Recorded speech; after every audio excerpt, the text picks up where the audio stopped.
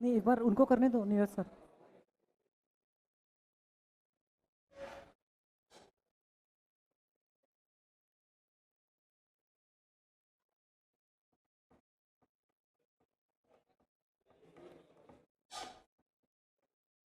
तो लिंक भेज दो, मुझे लिंक भेज दो।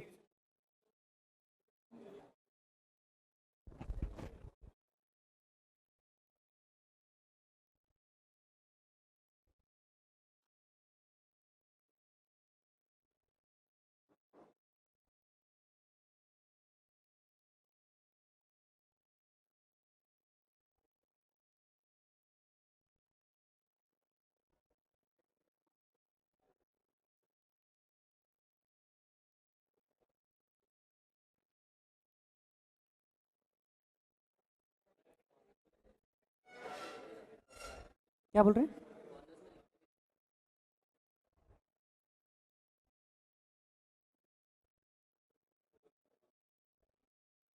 आगे ये वाला बंद है, ये कंप्यूटर बंद है, यहाँ पे दिखता है बोले। टीम्स में बच्चे जुड़े हैं कि यूट्यूब पे जुड़े हैं? टीम्स में आवाज़ आ रही है क्या बच्चों को? तो फिर वहाँ पे रह के क्या मतलब है? टीम्स में डाल दिया है क्या अपना? Yes, seat.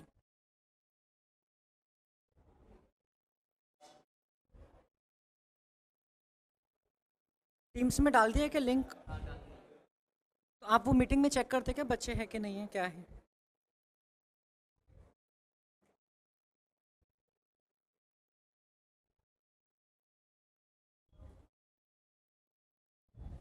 यहाँ से टीम्स बंद कर दो ना, टीम्स में से लॉग आउट कर लो ना। हाँ,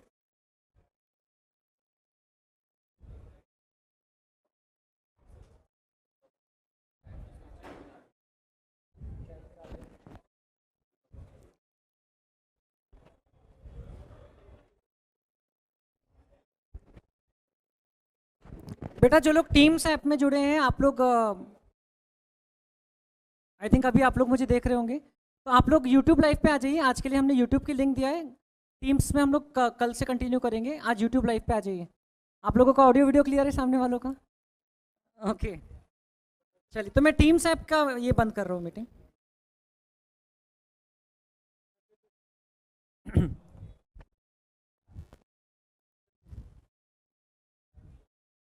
नहीं नहीं, यहाँ पे नहीं आता,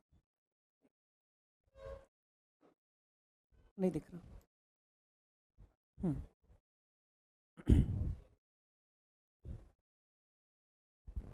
शिवम सर कुछ करना है मुझे बीच में, आप चेक करते रहोगे। मैं 1:50 45 मिनट पे कंप्लीट करूँगा।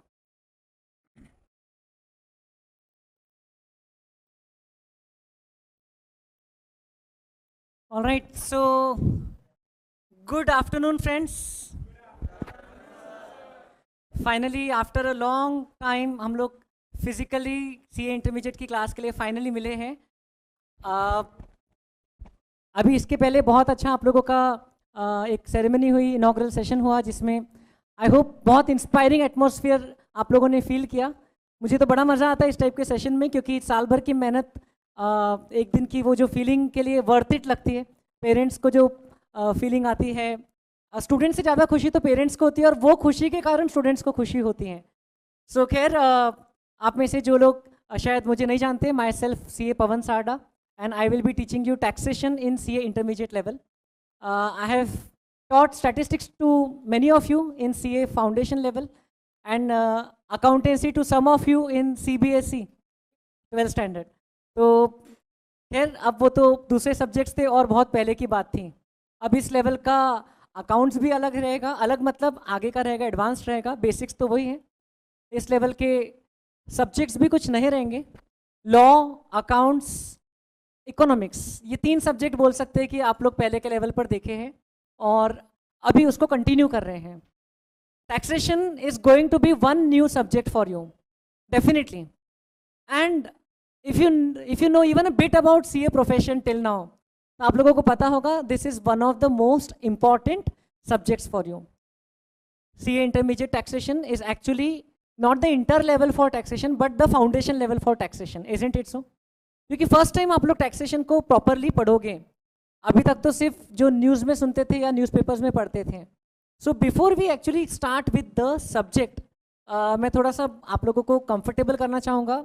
जो लोग ऑनलाइन अटेंड कर रहे हैं, आप लोग यूट्यूब में लाइव कमेंट कर सकते हैं. मैं आपका यूट्यूब लाइव में आपका मैं कमेंट पढ़ते रहूँगा. So I will interact with you all also. I can see 30 of you are attending right now, so that's good. और गुड आफ्टरनून. एंड जो लोग यहाँ पर हैं, आप लोग भी कंफर्टेबल रहो. खैर बहुत कुछ नया होगा क्योंकि बहुत समय बाद आप लोग भी घर से बाहर निकले हैं. आप में से मैं एक कुछ क्वेश्चन पूछूंगा, यू कैन आंसर.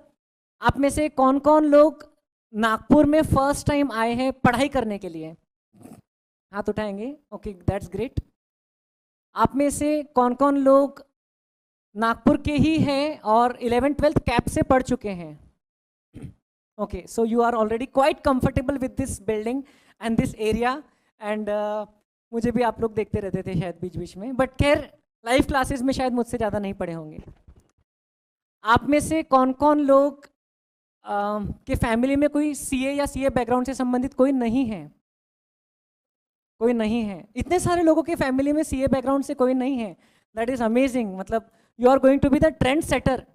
क्योंकि मैं आपको बताऊं तो हमारी फैमिली में मेरी जो बड़ी दीदी थी, सबसे बड़े पापा की बेटी, जो कि मुझसे 10 साल से भी ज़्यादा बड़ी है, उन्होंने सबसे पहले सीए चूज़ किया था. उसके बाद उनको देख करके मेरे भैया ने चूज़ किया, फिर उनको देख करके मैंने चूज़ किया, और उसके बाद में मतलब इट्स बीन अ ट्रेंड. मतलब हमारे जो बाकी कजिन्स है, मेरे मासी जी के बच्चे, मेरे मामा फैमिली में और फिर मेरे बुआ फैमिली में, और एक ना एक बच्चा निकल रहा है 10th के बाद, बोलता है कि हमको आपके जैसा सीए करना है. सो आप लोग तो ट्रेंड सेटर्स हो. That's good. आप में से कितने लोग फर्स्ट टाइम अपने काम करने वाले हो? लाइक बर्तन धोना है, कपड़े धोना है और सेटल होना है. Please don't hesitate. It's normal and it's good thing. Very good. आप में से कितने लोग सीए फाउंडेशन पास करके आए हो? ओके, नहीं, कुछ लोग जनवरी एग्जाम देकर भी आए हैं, है ना. तो वो लोग भी आए हैं, इसका मतलब they are expecting that they will clear. और हम लोग सीए फाउंडेशन पास होने के पहले से ही अर्ली बर्ड बैच शुरू कर दिए थे, जिसमें जीएसटी के 10 में से 7 चैप्टर हो भी गए. वो कितने लोगों ने अटेंड किया था? सो that is amazing. That is amazing. I know the exact numbers. मैं तो सिर्फ आप लोगों से पूछ रहा हूँ, और आप लोगों को भी आइडिया आ जाए कि आप किन लोगों के बीच में बैठे हो. आप में से कितने लोगों को सीए फाउंडेशन में 250 या उससे ज़्यादा मार्क्स मिले? सो अगेन, आप बाकी लोगों के लिए भी एक बहुत अच्छी एनर्जी बनेगी. कितने लोगों को 200 से 250 के बीच में मार्क्स मिले? तो we have equal numbers, and this marks is not going to define you. I have seen students scoring ranks in CA CPT or foundation and later on struggling to clear CA. And I have also seen students scoring ranks in foundation and consistently doing it till the end. So both category के students हैं. आज यहाँ से आप कैसे अपनी पढ़ाई को लेके चलते हो? आज तो खैर कुछ मोटिवेट करने की ज़रूरत ही नहीं है. आज तो ऑलरेडी पूरे पम्प्ड अप होंगे. इतनी हवा भरी है कि बस टायर फट ना जाए अभी. लेकिन जस्ट मैं आपको बीच बीच में एग्जाम्पल्स बताते रहूँगा एंड वार्निंग देते रहूँगा. क्लास के फर्स्ट डे हर कोई सोचता है कि यस, रोज का रोज पढ़ना ही है, इसलिए आज मैं आपको नहीं बोलूँगा.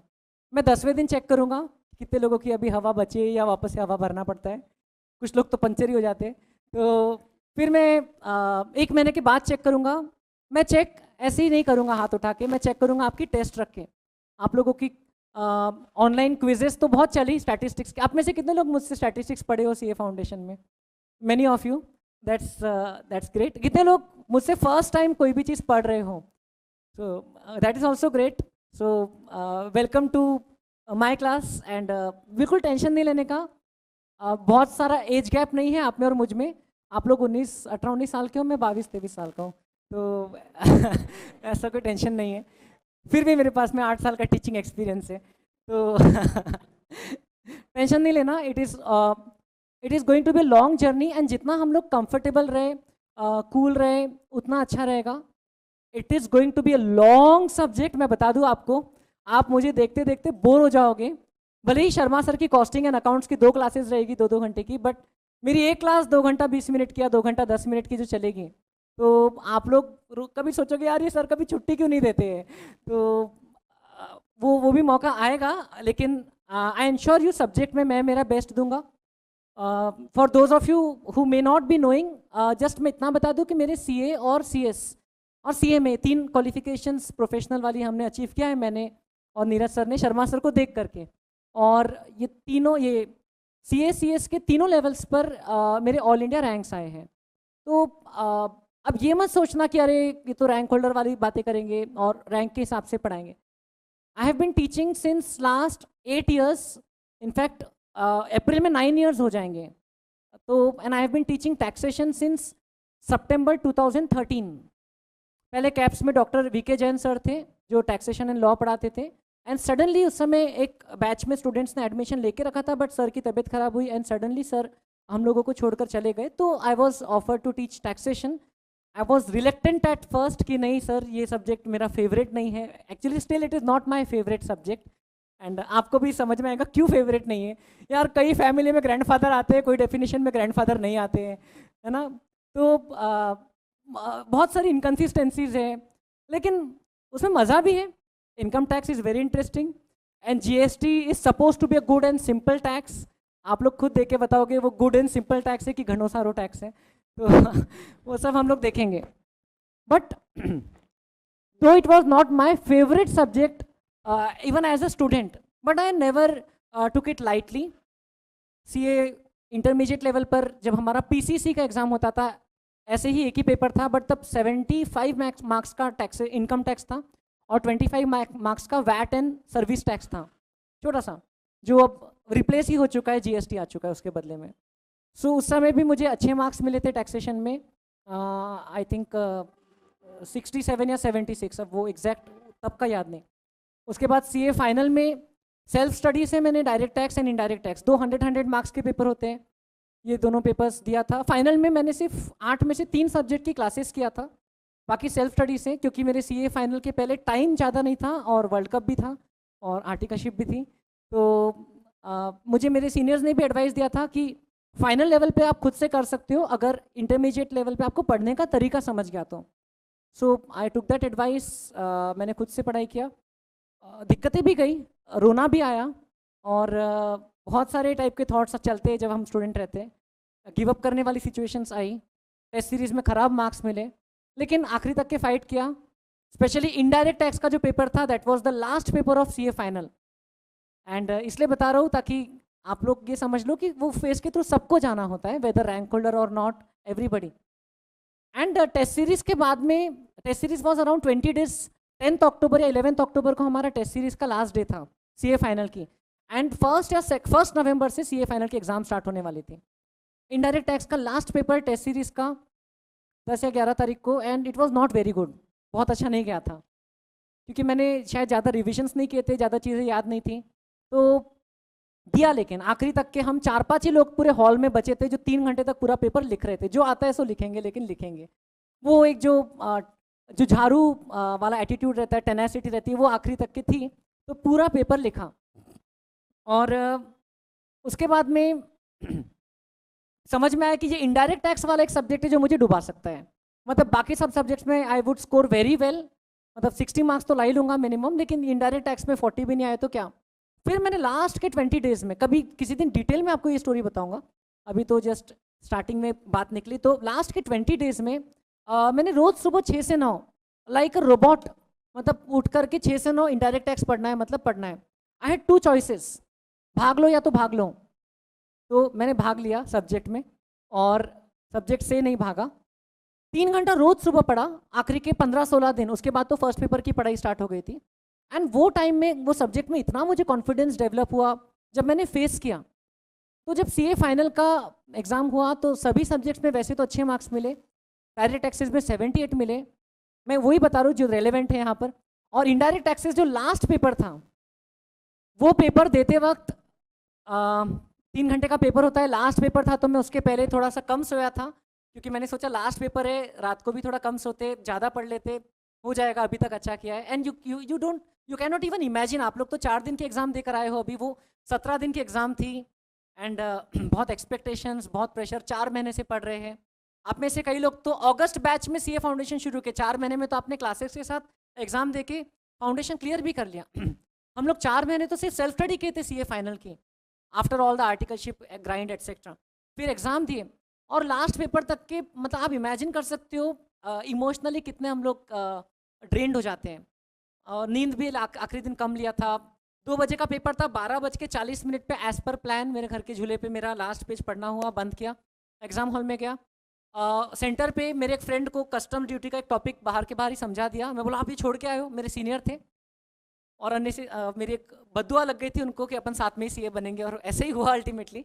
उस एग्ज़ाम में वो भी पास हुए, मैं भी पास हुआ, वो 4th अटेम्प्ट में हुए। लेकिन वो एग्ज़ाम में जो आखिरी के जो 3 घंटे थे, जो एग्ज़ाम के 3 घंटे थे, 4 बजे तक के, 2 से 5 का पेपर होता है, 4 बजे मुझे समझ में आ गया था कि मैं सीए तो बन गया हूँ भाई, क्योंकि मैंने 2 घंटे में इतना पेपर सॉल्व कर दिया था कि 40 मार्क तो पक्के हैं। तो मैं उस समय भी अगर पेपर छोड़ देता था और निकल जाता था, उस समय अलाउड था कि आप 2 घंटे बाद छोड़ के, आजकल शायद अलाउड नहीं है, कोविड में अलाउ हुआ था शायद। So I would be a chartered accountant, I knew that, it was sure. लेकिन और मेरी आंखें बहुत तकलीफ दे रही थी, मुझे आंखों में बचपन से कुछ तकलीफ रही है। मेरा हैदराबाद में उससे संबंधित ऑपरेशन वगैरह भी हुआ था, तो बहुत आंखों से पानी आ रहा है, मतलब लिटरली 2 रुमाल है मेरे पास में, पानी गिर रहा है। और फिर मैं सोचा कि अब लिखना तो है ही, जब बाकी 7 पेपर 700 मार्क का पूरा सॉल्व किया, ये भी पूरा करना ही है। और आता था ना आगे का, वो एक्साइटमेंट भी थी, पेपर भी कंप्लीट हो रहा है, हार्ट बीट फास्ट हो रही है। Just at the stroke of bell मेरा लास्ट फुल स्टॉप डाला, पेपर उन्होंने छीन लिया, मैं बोला छीन लो, और मैं खुश हो गया। अब ऐसा था कि सीए तो बन गए, पता था। That was the moment, 5 PM on 17th November 2011, that was the moment, one of the best moments of my life, because that was after all that experience of efforts. उसके बाद में रिजल्ट आया जनवरी 18th 2012, all India rank आया मुझे। Officially net पे पता चलने के पहले सी इंस्टीट्यूट के उस समय जो प्रेसिडेंट थे उनका फ़ोन आया था, because I was all India second. And वो पेपर में 86 मार्क्स मिले, जो मेरे बाकी पेपर से ज़्यादा थे। एंड उसमें फर्स्ट जो क्वेश्चन था उसमें से 20 मार्क्स का क्वेश्चन था, 5 क्वेश्चन थे 4-4 मार्क के सब क्वेश्चंस, 20 में से 20 मिले। वो क्योंकि मैंने बाद में पेपर्स मंगवा लिया था कि भाई आगे की पीढ़ियों को दिखाएंगे कि हम लोग भी पढ़ा करते थे। सो मैंने पूरे पेपर्स बुला के रखे एज ए सोवेनियर, अभी भी रखे, आप लोगों को कभी देखना रहेगा तो मेरे पेपर्स दिखाऊंगा आपको सीए फाइनल के। तो what I want to say is कि at the beginning everything seems to be very easy, जब तक हम लोगों को फील्ड में नहीं आए। हाँ अच्छा, सीए कर रही, कितने लेवल होते हैं, फाउंडेशन, इंटर, फाइनल, ठीक है, कितने सब्जेक्ट हैं। इनिशियली हम सब ऊपर ऊपर से देखते हैं तो सब बहुत आसान लगता है। इवन फाउंडेशन लेवल पे आप लोगों को, स्पेशली कॉमर्स वालों को लगता होगा हाँ अकाउंट्स, इकोनॉमिक्स, मैथ, स्टैट्स, कई लोग तो ये सब पढ़ के आए हैं, इंग्लिश, ये तो कर ही लेंगे। But tell me one thing honestly, how many of you are not satisfied with your foundation marks? How many of you think you could have scored a lot more than that? Raise your hands. Good. So इसका मतलब कि आपने कुछ ना कुछ तो वहां से लेसन लिया है, and what ever the gap was created between your potential score and actual score, वो कहीं ना कहीं आप कवर कर सकते हो अब, क्योंकि आपको अपना पोटेंशियल तो पता है। मैं आप में से कई स्टूडेंट्स को जानता हूँ जिनसे मुझे ज़्यादा एक्सपेक्टेशन थी, क्योंकि even though classes were online but I use to be very much in connect with the students. April batch वालों को तो याद होगा, मैंने आप लोगों से सभी बैचेस का डेटा कलेक्ट किया था, फिर गूगल से मेरे मोबाइल में सबका कॉन्टैक्ट है। आप आपके नंबर से मैसेज करो, मैं आपको रिप्लाई करूँगा आपके नाम के साथ। सो कैप्स से डेटा नहीं लिया मैंने, आपका क्लासेस में डेटा ले लिया था, और I like to be in connection with the students. And even now, कल आप लोगों से व्हाट्सएप ग्रुप में हमारी बातें चालू हुई, तो बहुत सारे लोग नागपुर के बाहर के हैं। तो first of all welcome to Nagpur after maybe for the first time if you are coming, और या तो फिर बहुत समय के बाद आ रहे तो after such a long time. Feel comfortable, बहुत अच्छा शहर है, अच्छे लोग हैं। क्यों नागपुर वाले कौन कौन है, हाथ उठाओ जरा। क्यों, अच्छे लोग हैं कि नहीं आप यहाँ पर? बहुत अच्छे लोग हैं, मतलब एकदम इतने प्यार से बात करते हैं कि क्या बताओ मतलब इधर ही रहने का है अपने को तो सो जो लोग बाहर से, please feel free, please feel at home. I understand थोड़ा सा इनकन्वीनियंस होता होगा आप लोगों को, अभी सिर्फ फर्स्ट वीक है, कुछ लोग कल आए, कुछ लोग आज सुबह आए होंगे, कुछ लोग सैटरडे को आए। कोविड टाइम्स में इतने आसानी से रूम भी नहीं मिला होगा। प्लीज़ फील फ्री एंड धीरे धीरे फ्रेंड्स बनाओ। कुछ लोग आप में से इंट्रोवर्ट्स से फ्रेंड्स बनाओ। यहाँ पर जो सर्कल आपको मिलेगा एंड कैप्स में जो आपको एनर्जी यहाँ पर फील होगी, that will take you forward if nothing else. हमारी टीचिंग भी बहुत ख़राब हुई ना, तो भी आपके फ्रेंड्स आप लोगों को पास करा देंगे, और हम लोग पूरी कोशिश करेंगे कि हमारी टीचिंग उतनी ख़राब न हो। सो दोनों factors, and on the top of that मेरी टीचिंग कैसी भी रहेगी, आपको जो स्टडी मटेरियल मिलेगा टैक्सेशन का, आई कैन गारंटी यू कि वो बेस्ट स्टडी मटेरियल है, because I have worked very hard on that material.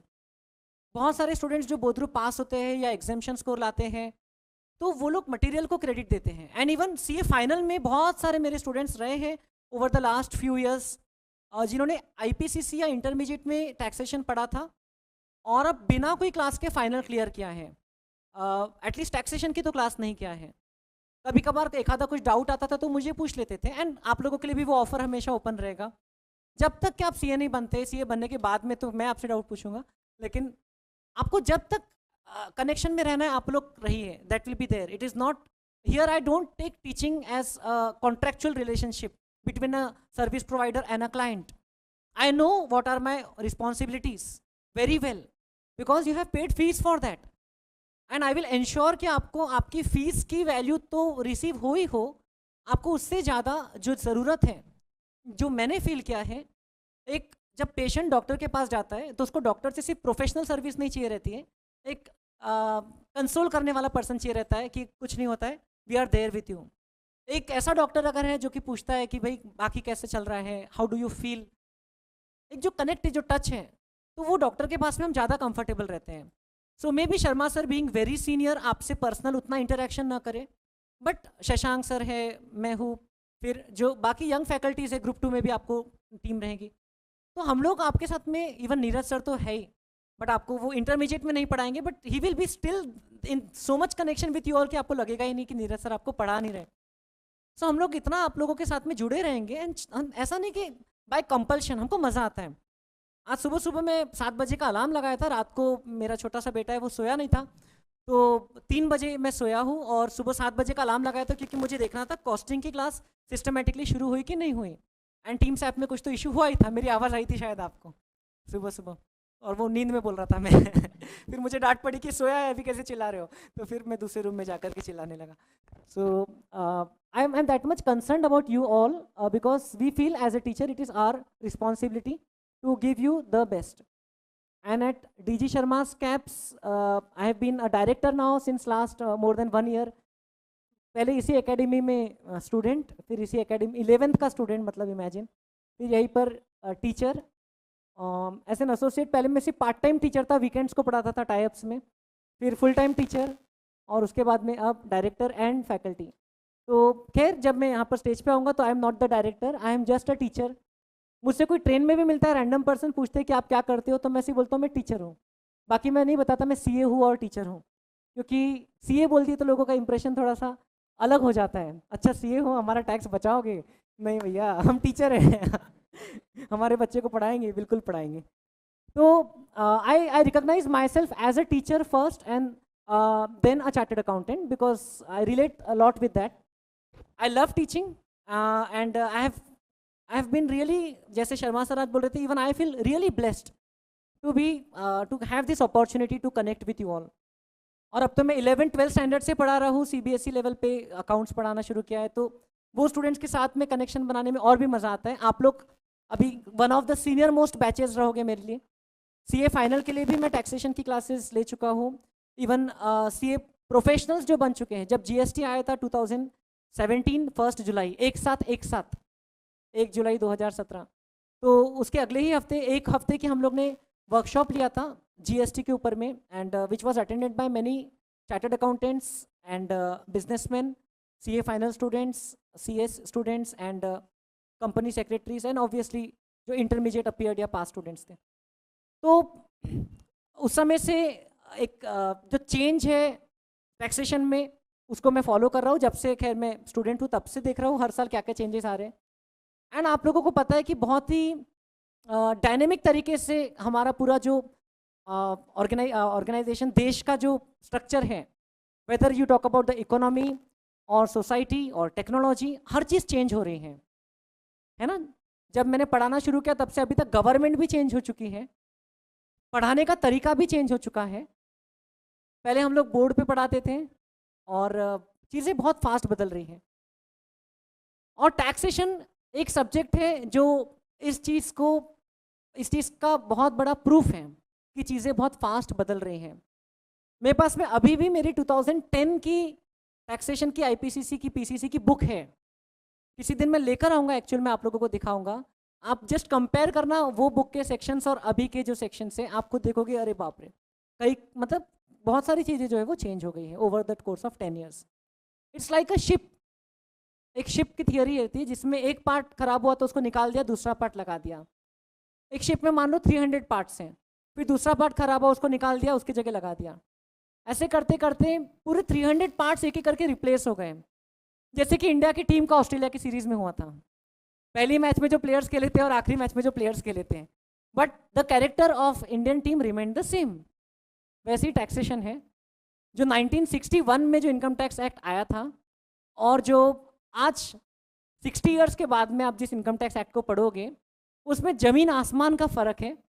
कुछ sections as it is retained होंगे, लेकिन बाकी हर सेक्शन में कहीं ना कहीं मलम पट्टी लगी होगी, कहीं ना कहीं रिप्लेसमेंट ही किया होगा। ओके, स्पेयर पार्ट से कई बीच बीच में नए सेक्शंस इंसर्ट किए होंगे and it is dynamically changed. Even मैंने ओरिजिनल एक्ट जो था वो नहीं देखा, बट जीएसटी का जो सीजीएसटी एक्ट आया था वो मैंने देखा है, मैं तब से उसको फॉलो कर रहा हूँ। So little bit about your syllabus. आप में से कितने लोगों के भाई या बहन चार्टर्ड अकाउंटेंट है? ओके, सो आप लोगों के पास में बहुत अच्छा अपॉर्चुनिटी है जो भी चीज़ें हम लोग यहाँ पर डिस्कस करेंगे उसको प्रैक्टिकली एक्सपीरियंस करने का।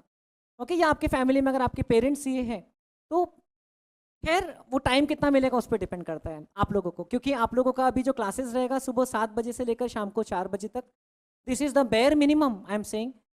कुछ कुछ सिटीज़ में तो शाम को 6 बजे तक क्लासेस चलती है एंड उसके बाद बच्चे पढ़ाई करते हैं और रैंक भी लाते हैं। सो अब ऐसा कभी मत सोचना कि यार हम लोग के साथ में इतना क्यों हो रहा है। आप लोगों को तो बड़ा लगता होगा सब कुछ हमारी बैच के साथ होता है ना। लॉकडाउन भी हमारी बैच में लगा, सीबीएसई वालों का बिजनेस स्टडीज़ का पेपर हमारी बैच में कैंसिल हुआ, फिर ऑनलाइन भी हमारी बैच में हुआ, फिर नवंबर एग्ज़ाम भी हमारी बैच में 20 दिन से पोस्टपोन हुए, अकाउंट्स का पेपर भी हमारी बैच में, ऑल इंडिया हड़ताल थी तो 1 दिन से पोस्टपोन हुआ। सब कुछ आपकी बैच में रिजल्ट का डेट पहले 3 फरवरी बोला था, फिर 8 फरवरी हुआ। आपकी बैच में 5th फ्लोर बना, आपकी बैच में इतना चढ़ के आपको ऊपर आना पड़ रहा है। तो अगर आप उस टाइप का माइंडसेट लेकर चलोगे वाई मी, तो फिर तो ऐसी तो बहुत चीज़ें होती रहेगी आपके साथ में। और हम हमेशा अपने आप को एग्जैजरेटेड तरीके से देखते हैं। जैसे मेरे लिए मेरी लाइफ सबसे इंपॉर्टेंट है, तो मुझे ईयर वाइज कई बार डेट वाइज चीज़ें याद है कि इस दिन मेरे साथ में ये हुआ था। Okay, it's a big thing. वैसे आप अपने लाइफ को बहुत इंपॉर्टेंस देते हो, विच इज़ गुड।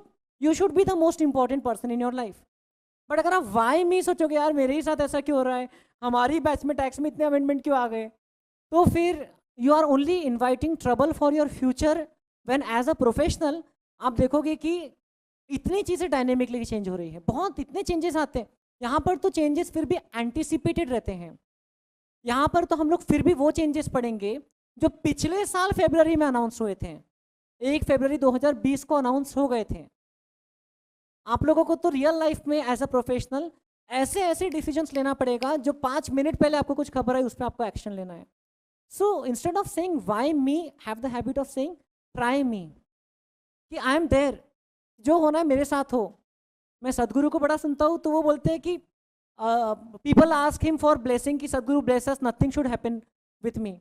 सदगुरु बोलते हैं ये कैसी ब्लेसिंग हुई, आप यहाँ जीने आए हो कि मरने आए हो? आई bless you that everything should happen with you. सब कुछ आपके साथ होना चाहिए, तभी तो लाइफ का एक्सपीरियंस आपका स्ट्रांग रहेगा। तो इसलिए जब आप ये पढ़ाई भी कर रहे हो तो सब कुछ आपके साथ होना चाहिए। You should just enjoy the process. आप जब क्लास टेस्ट दोगे उसमें फेल भी होना चाहिए आपने, अगर नहीं पढ़ के दिए तो आपके पसीने भी छूटना चाहिए, आपका आते आते किसी दिन गाड़ी पंचर होना चाहिए, सब कुछ जो हो सकता है वो होना चाहिए। ऑब्वियसली टेक केयर, खुद होके हम लोग गाड़ी पंचर नहीं करके आना। ओके, ये लेट के वैसे आपने बोला था ना गाड़ी पंचर होना चाहिए, आज हो गई तो होगा तो होगा, लेकिन वो एक्सेप्टेंस में रहो कि भाई what ever will happen will happen. आज मुझे यजनेश है क्या इधर, बहुत अच्छी बात लगी, मेरे हाथ में जो था मैंने किया, मतलब दैट्स इट। और कोई एडवाइस देने की जरूरत ही नहीं। यजनेश के हाथ में क्या था, पढ़ाई करना है, किया। आप लोग एक बाकी का भी माइंडसेट वैसे ही है, तभी आप लोग इस लेवल पर आए हो। And as Ravi sir said, आप इस लेवल पर आए हो, that means you have it in you. I think Rahul sir said so. I hope आप लोगों को मज़ा आया इतने सारे फैकल्टी से बात करने में, इंटरेक्ट करने में। आगे भी हम लोग आपके लिए अपार्ट फ्रॉम स्टडीज़ बहुत सारी चीज़ें करते रहेंगे। Studies will be our top priority. मैं हमेशा एक चीज़ बोलता हूँ कि keep the main thing YouTube पे हर्ष ने ज्वाइन किया, thank you Harsh. Keep the main thing, the main thing. Is the font size good enough या थोड़ा बड़ा करो? Good enough. कीप द, पीछे वालों, keep the main thing, the main thing. बस आइडेंटिफाई करो इस पॉइंट ऑफ टाइम पे आपकी लाइफ में ज़्यादा इंपॉर्टेंट क्या है। ओके, चकल्लसबाजी करना है या पढ़ाई करना है, बस आइडेंटिफाई करो और वो चीज़ को टॉप में रखो। उसके बाद बाकी चीज़ें करो, लेकिन उसके लिए टाइम अलोकेट करके, एग्जिट प्लान बना के। मस्ती भी करना है तो कितने बजे मस्ती से बाहर निकलना है। जो भी चीज़ आप एडिशनल कर रहे हो बिल्कुल करो। आई will be more active with you in all those things. लेकिन अगर आपकी पढ़ाई ट्रैक पे चल रही है तो let us identify what is that main thing for us at this stage. Anybody, what is that main thing for you right now at this stage? बोलो, टेंशन मत लो। स्टडीज, ओके, सभी से लिंक्ड ही रहेगा, स्टडीज से linked रहेगा। Studies, तो studies से linked रहता है क्लासरूम अटेंडेंस, राइट। स्टडीज से लिंक्ड रहेगा आपका regular class test. Class test के पहले आपको करना पड़ेगा सेल्फ स्टडी। सेल्फ स्टडी करके आपको अपलोड करना पड़ेगा असाइनमेंट्स, ओके, जिसकी कोई मार्किंग नहीं रहेगी, जिसमें कोई आपको बुला के बोला नहीं जाएगा बेटा तुम असाइनमेंट नहीं कर रहे हो, अपने पेरेंट्स को बुलाओ, नहीं। अब आप लोग सीए इंटरमीडिएट के स्टूडेंट हो चुके हो। Now you are expected to take charge. आप एज अ चार्टर्ड अकाउंटेंट एक फॉलोअर नहीं रहोगे, आप एक लीडर रहोगे। You will be leading a big organisation और at least a big team. Even if you go into job, आपके under में बहुत लोग काम करने वाले हैं, तो you should not be the person जिसको हमें बोलना पड़ रहा है कि बेटा तुम पढ़ नहीं रहे हो आजकल, क्या हो गया। You should B the person जो खुद चार्ज ले रहा है, रिस्पॉन्सिबिलिटी ले रहा है, ओनरशिप ले रहा है अपनी पढ़ाई की, ओके। एंड अगर कोई दिक्कत जाती है तो खुद होके हमारे पास आके पूछ रहा है। मैं आपको ये अश्योरेंस देता हूँ कि we will be available to solve your queries, doubts. मैं तो पिछले जितने बैचेस रही है ऑलमोस्ट हर स्टूडेंट को उसके बैच के नाम से और उसके नाम से याद रखता हूँ। हाँ, क्योंकि हर स्टूडेंट के साथ कुछ ना कुछ स्पेशल हमारी एक बॉन्डिंग रही है, कहानी रही है। सो हाँ, ये स्क्रीन पे बोर्ड नहीं, टेक्स्ट नहीं दिख रहा है। Not able to see what you are writing. एक सेकेंड ना।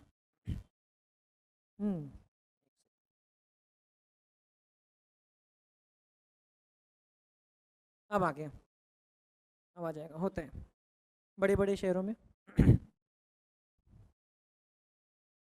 चलो अच्छा है, यूट्यूब लाइव इधर शुरू रखा है, अपने आप को देख सकता ना। I am attending my class.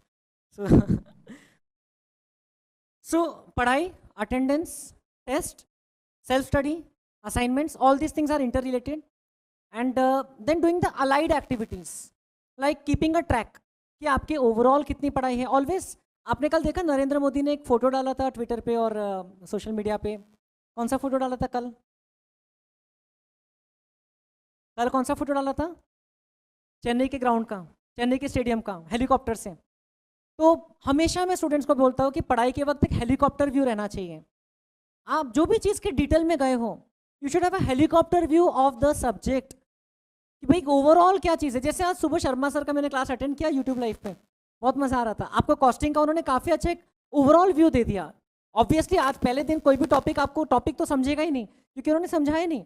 उन्होंने तो सिर्फ आपको टर्म्स थ्रो किया, integral costing, non integral costing, cost unit, बस वाला एग्जाम्पल दिया। मैंने बहुत कुछ सुना, बहुत मज़ा आ रहा था। So he just give you an overview and that is very important. Taxation तो इतना वास्ट सब्जेक्ट है कि अगर आप ओवरव्यू नहीं लिए और सीधा घुस गए तो इट इज़ लाइक कि इतना बड़ा अम्यूजमेंट पार्क है। अम्यूजिंग तो है ही, ओके, या तो आप उसके मजे लोगे या तो तो अम्यूजिंग तो है ही, बहुत मजा आएगा किसी ना किसी को। लेकिन आपको अगर ओवरऑल आइडिया है तो आपका वो मजे का कुछ डायरेक्शन भी रहेगा।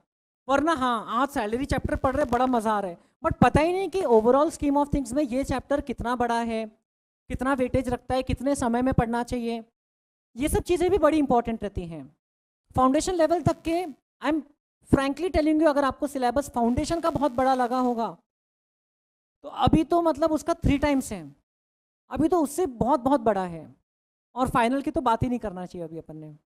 सो सिलेबस तो बहुत बड़ा है। आप लोगों को अब सीए इंस्टीट्यूट में रजिस्ट्रेशन भी कर लेना है। May be you should, January exam वालों के तो रिजल्ट के बाद ही कर पाएंगे, लेकिन बाकी जो स्टूडेंट्स हैं जिनका रिजल्ट आ गया है, you should do it as soon as possible. 28 फरवरी के पहले कर लो, वो डेट तक वेट मत करो। आज अच्छा दिन है, ब्रेकअप डे, वैलेंटाइन डे के बाद ब्रेकअप डे रहते हैं ना, नहीं, स्लैप डे, हाँ, okay, we will celebrate it. So आज अच्छा दिन है, आज इंस्टीट्यूट को अपना ऑफर दे दो और रजिस्ट्रेशन कर लो, जितना जल्दी करो उतना अच्छा। खैर, बोलने का ये मतलब है जब आपको बुक्स आएगी ना तो पता चलेगा कि what is CA intermediate and क्यों बोथ ग्रुप पास करने वालों को स्टेज पे बुलाया जाता है। आप में से कितने लोगों का टारगेट है बोथ ग्रुप पास करके अगले साल स्टेज पे आना? Okay, good. किसी किसी का हो सकता है एक ग्रुप करना है, that is also fine. Okay, I am not here to जज you, I am only here to guide you. आप में से कोई कोई ये माइंडसेट के साथ रह सकता है कि फरवरी में अपन, सॉरी, नवंबर में दे के देखेंगे, मई में अच्छे से देंगे, मई 2022 में अच्छे से, नहीं 21 में, 22 अभी तो 2021 चल रहा है, मई 2022 में अच्छे से देंगे। आपका जो भी माइंडसेट है, but at least have some target in your mind. Almost everybody wants to clear in November 2021। Are you sure about that, both groups? Okay, उसके बारे में भी किसी दिन अगर आपको डाउट लगता है बीच में तो पूछना, बताऊंगा, that is a different question.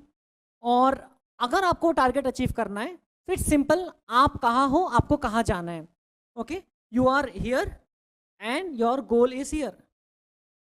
आपको, अब ये नीचे नहीं है, एक्चुअली ऐसा नहीं रहता है, आप यहाँ पर हो, आपका गोल यहाँ पर है। Always the journey is upwards, ऊपर की तरफ ही जाना है।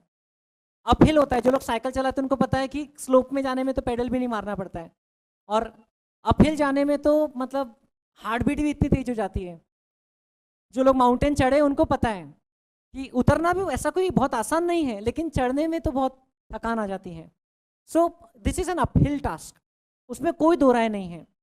आज आप सीए फाउंडेशन पास करके सिर्फ गेट खोले हो और अभी आपको वो ऊपर की पीक दिख रही है, वहां तक पहुंचना है, तो क्या लगता है आपको क्या सबसे इंपॉर्टेंट रहेगा? What will be that one thing which is very important? Efforts या लक? Most important. क्या आपको लगता है लक की जरूरत नहीं पड़ेगी? पड़ेगी। You should be lucky also, you have been lucky till now. I have been very lucky that I was born in such a family जहां मुझे ऐसी पढ़ाई करने मिला, एंड देन एग्जाम से वो क्वेश्चन आए जो मुझे आते थे, वो एग्जामिनर ने चेक किया जो अच्छे मूड में था। बहुत सारी चीज़ें लक पे डिपेंडेंट होती हैं, उसमें कोई दो राय नहीं है।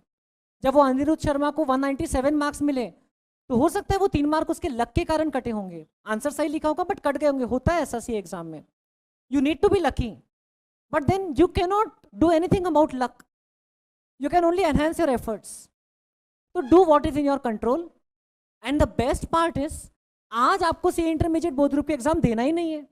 आज आप लोगों को सिर्फ आज का एक कदम लेना है, आज आप लोगों को सिर्फ आज की क्लास करना है, आज आप लोगों को सिर्फ आज जो पढ़ा है वो घर पे जाके पढ़ना है। बस ये जो इतनी आसान चीज़ें ना, यही सबसे डिफिकल्ट बन जाती हैं। कितना आसान फॉर्मूला है। हम लोग तो, मैं तो ऑलमोस्ट हर साल हिमालय जाता हूँ, तो क्लाइंब करने का एक ही फॉर्मूला रहता है, 1 step at a time in the right direction. आप में से कितने लोग हिमालय गए हैं ट्रैकिंग के लिए? हाथ उठाएंगे। So I hope you have great memories of Himalaya, right? तो 1 step at a time in the right direction. Ambarish के पापा तो हर साल सीए लोगों को लेकर के जाते हैं। ही इज, अम्बरीश के जो पापा है वो तो जीएसटी में भी नागपुर में बहुत फेमस सीए प्रैक्टिशनर है, एंड इवन एडवेंचर में भी he is one of the leader chartered accountant. So he has got a very good exposure as a child. Okay, so 1 step at a time in the right direction, that is very important, that is the only secret. एक बार हमारा एक 2015 का rank holder था सुयश नाम का, अभी तो वो सीए बन गए, उसको मैंने अगली बैच में बुलाया था। आप लोगों से भी मिलने में कई स्टूडेंट्स को बुलाऊंगा, मिलाऊंगा। एटमॉस्फेयर ऐसा रहेगा कि आपको मतलब कोई एक्सक्यूज ही नहीं बचेगा, हर टाइप का केस आ जाएगा आपके सामने। 7th अटेम्प्ट वाला भी आ जाएगा, 1st अटेम्प्ट वाला भी आ जाएगा, हिंदी मीडियम वाला भी, मराठी मीडियम वाला भी, हर टाइप का केस।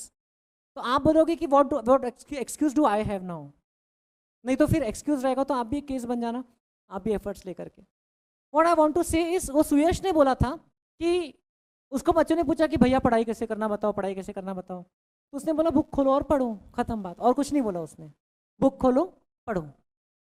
सो बाकी सब चीज़ें अलाइड हैं, important thing is to start. वो कहते हैं कि you don't have to be great to start, but you have to start to be great. Today you have taken the first step by maybe coming to the classes, आप में से जो लोग online कर रहे, coming online, right, by maybe booking a room in Nagpur by taking the books. आप में से कितने लोगों ने टैक्स की बुक खोल के पलटाया? जस्ट पढ़ा नहीं बोल रहा हूँ, पलटाया ऐसे ही। ओके गुड, मज़ा आया? जीएसटी की नहीं बोल रहा हूँ, इनकम टैक्स की, क्योंकि जीएसटी तो अर्ली बर्ड वालों ने पढ़ ही लिया, पलटाया क्या, डिटेल में पढ़ा है, एक एक वर्ड पढ़ा है। सो बाकी लोग अभी पलटा लो, एक बार पलटा तो लो, आपके पास में तो पलटा लो एक बार बुक। जो लोग अभी नागपुर लेट आए बाद में कलेक्ट कर लेना, पलटा लेना, एक हेलीकॉप्टर व्यू तो ले लो ऐसा, पर कैसी हवा आती है देख लो। 207 पन्ने की बुक है शायद, कितने फर्स्ट पेज पे लिखा है?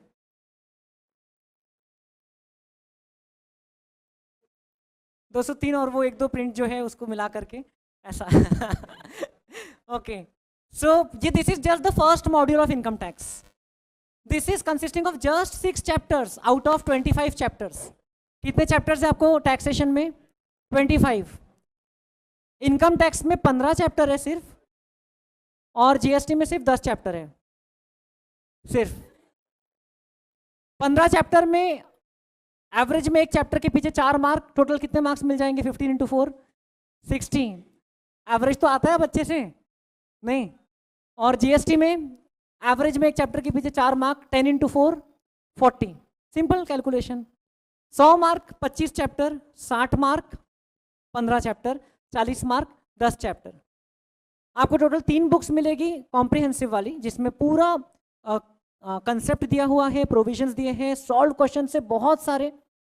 आपकी जो फर्स्ट बुक है इनकम टैक्स की, फर्स्ट मॉड्यूल, उसका ये जो फर्स्ट पेज है, इसमें आप देख सकते हो ये उसका इंडेक्स है 100, ये 6A को अलग नहीं गिन रहा हूँ, ये 6 का ही पार्ट मान लो। 166 सॉल्व क्वेश्चंस है, which include many past exam questions modified according to the amendments made in the law. Income tax even GST amend होते रहता है, चेंज होते रहता है। मेरे पिछले साल की जो बुक थी उसको हम रद्दी वाले को दे देते हैं अगर कैप्स में 2-4 कॉपी एक्स्ट्रा बच जाती है तो। वैसे भी हम लोग 50-100 बुक एक्स्ट्रा छाप लेते हैं, क्योंकि जो बच्चे पास नहीं होते उन लोगों को पहले की बुक ज़्यादा काम में नहीं आती, क्योंकि चेंज हो जाती है, बहुत चीज़ें चेंज हो जाती हैं। फिर अमेंडमेंट नोट्स के थ्रू वो लोग अपडेट कर सकते हैं, बट हर स्टूडेंट वैसा नहीं करता। हर बार बहुत स्टूडेंट फ्रेश बुक खरीदने आते हैं, तो सबसे ज़्यादा जो बुक की डिमांड चलती है रिजल्ट के बाद में, that is taxation book. And इसलिए मुझे रातों रात रात भर बैठ करके बहुत अपडेट करना होता है, एक एक पन्ने पर मेहनत लगती है। So 166 solve question, 70 unsolve question in this part 1। GST की बुक आप लोगों को मिली है, जीएसटी की भी बुक आप लोगों को मिली है, उसमें कितने हैं देखो सॉल्व और अनसॉल्व क्वेश्चन टोटल। आज सब लेकर आए होंगे आप लोग? नहीं लाए? कोई भी नहीं लाया? अच्छा, you knew that income tax से स्टार्ट करेंगे, दैट इज गुड, कोई प्रॉब्लम नहीं, वो लाइए। 143 solve, 140 solve and 119 unsolve. And जो क्वेश्चन थियोरी वाले हैं, जो जिसका थियोरी वहीं पे है, उसको तो मैंने काउंट ही नहीं किया। लाइक आपकी बुक में आप देखोगे कि बहुत सारी जगह कुछ थियोरी टॉपिक है, उसी से रिलेटेड थियोरी क्वेश्चन क्या आया, direct question, like list down the cases where PAN is not required, तो वो वहीं पर मैंने क्वेश्चन डाल दिया। ऐसे बहुत क्वेश्चन है, उसको तो काउंटिंग में ही नहीं लिया ये वाले। ओके, सिर्फ जो प्रॉपर क्वेश्चन विद आंसर्स दिए हैं सॉल्व में, एंड जो अनसॉल्व क्वेश्चन जो हम लोग क्लास में करेंगे वो दिया है। दिस इज वन थिंग जो हम लोग करेंगे। और फिर ऐसी मॉड्यूल 2 आएगी जिसमें चैप्टर नंबर 7 से लेकर चैप्टर नंबर 15 है। ये पीजीबीपी 6th नंबर का चैप्टर है। पीजीबीपी दिख रहा है क्या आपको? पीजीबीपी क्या लिखा हुआ है? Profits and gains of business और प्रोफेशन, पीजीबीपी। अब ऐसे कुछ शॉर्ट फॉर्म से, पीयूबीजी याद था पहले का, अब वो भूल जाओ। अब क्या याद रखना है अपने को? पीजीबीपी, है ना। Other students PUBG, CA students PGBP, ठीक है। गवर्नमेंट ने पबजी तो बैन कर दिया, पीजीबीपी भी बैन करवा दो, क्योंकि चैप्टर जब आप पढ़ोगे तो आप देख लो कितने पेजेस का एक चैप्टर है। ओके, इतने पेजेस में तो आपके स्टैटिस्टिक्स के 3 चैप्टर हो जाते थे, तो फर्क तो है, लेवल तो है। सो मजा आएगा आप लोगों को। इसके बाद 7th चैप्टर है कैपिटल गेन्स, एंड 7 से लेकर 15th चैप्टर की सेकेंड मॉड्यूल है, जो आप लोगों को ये चैप्टर खत्म होते होते तब मिलेगी।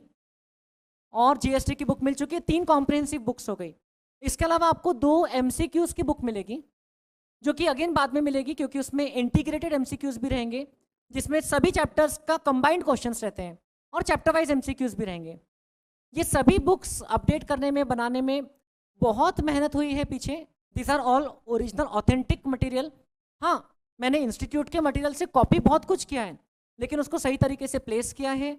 बहुत सारे जो पुराने एग्जाम के क्वेश्चंस थे वो इंस्टीट्यूट की लेटेस्ट बुक में नहीं रहते, लेकिन एग्जाम के पेपर में थे, तो वो भी लिया है।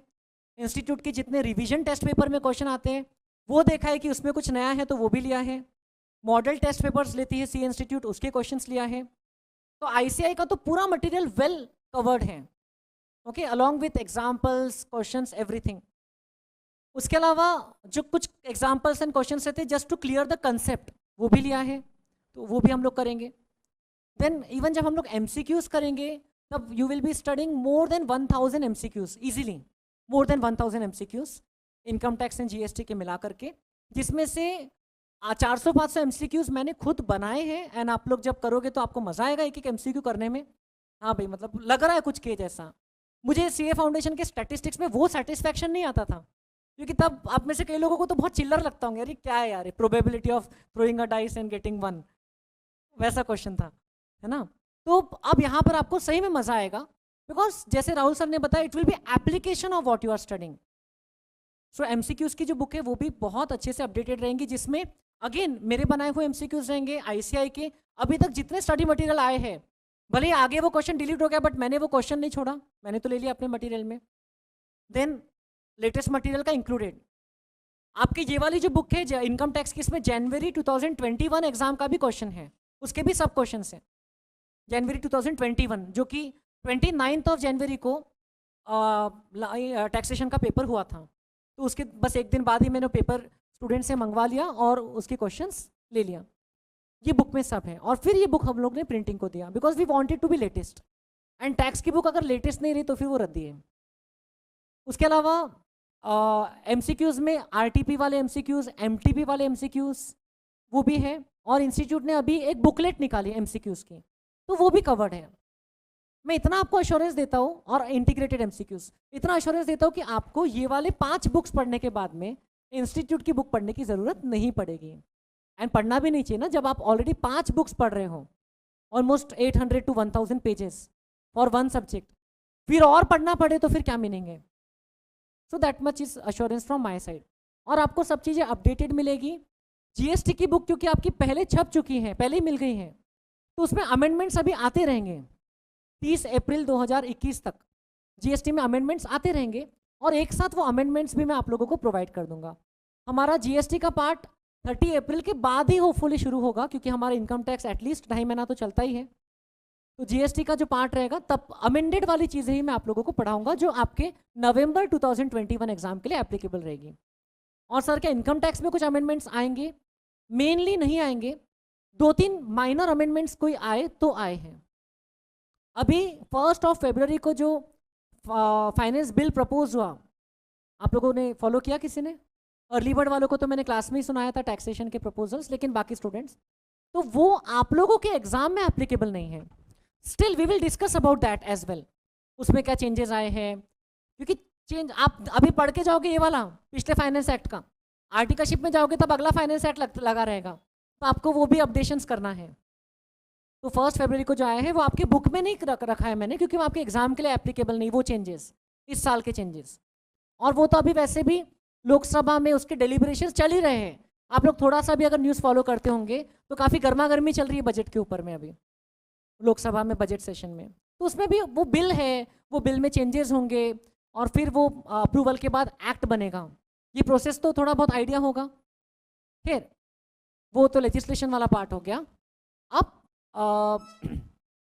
वो जो चेंजेस रहेंगे उसमें से अगर कुछ एप्लीकेबल है तो वो मैं आप लोगों को बता दूंगा। So you can be rest assured, as a student I never left any stone unturned, as a teacher I make sure definitely not to leave any stone unturned, because as a student मेरे action के consequences सिर्फ मेरे marks पे आते थे, but as a teacher मेरे एक एक छोटे छोटे एफर्ट के कॉन्सिक्वेंस के बेनिफिट्स आपको मिलेंगे, और मेरे एक एक छोटे छोटे निग्लिजेंस का कॉस्ट भी आपको पे करना पड़ेगा, जो मुझे बिल्कुल नहीं एक्सेप्टेड है। So I will be doing my best, knowing my responsibility. Online वालों को कुछ दिक्कत जा रही है तो आप लोग लाइव चैट में लिख सकते हैं बेटा, please feel connected.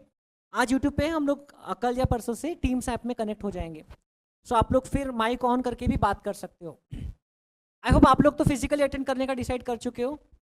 I would have taken physical if I had a choice as a student, but अगर पॉसिबल नहीं हुआ तो online, second best. So Sumit sir ने आप लोगों के लिए चॉकलेट्स भी मंगवा ली है. सुमित सर, हर स्टूडेंट को 2 चॉकलेट दी जाएगी और उसको अभी खोल के खाना नहीं है. वो चॉकलेट को अपन लोग एक इंसेंटिव की तरह ट्रीट करेंगे. वो चॉकलेट को आप बचा के रखो. आई होप उसकी एक्सपायरी डेट आज से 2.5 महीने के बाद की है या 4 महीने के बाद की है.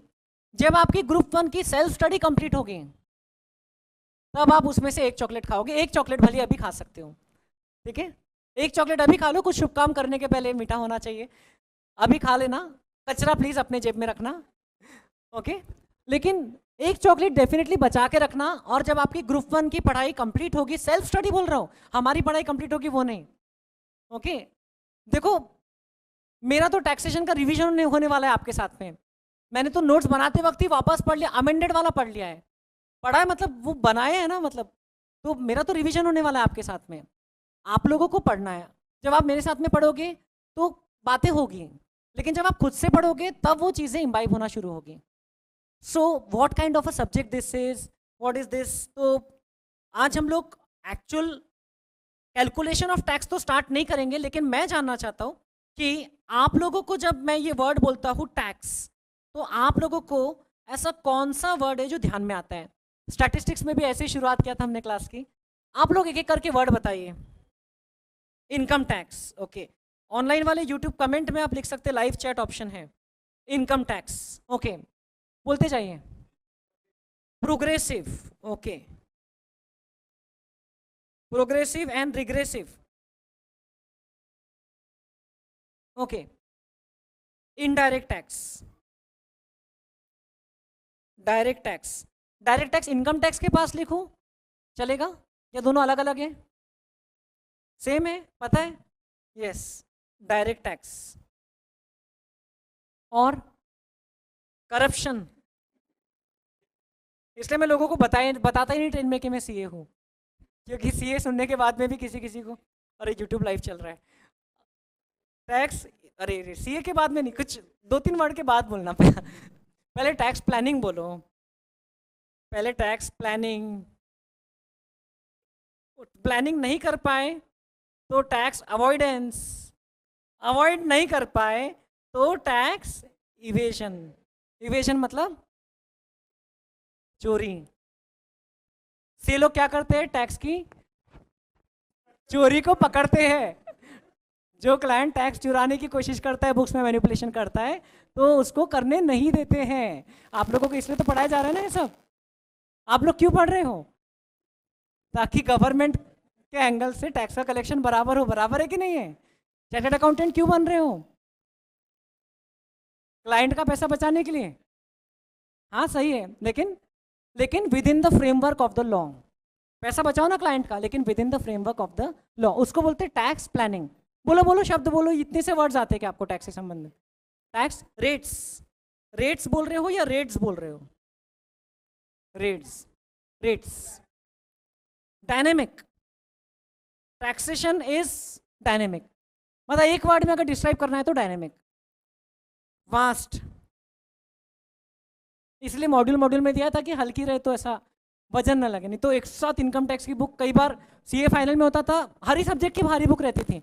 मतलब छाती पे रख के मैं सो जाता था और इतनी अच्छी नींद आती थी.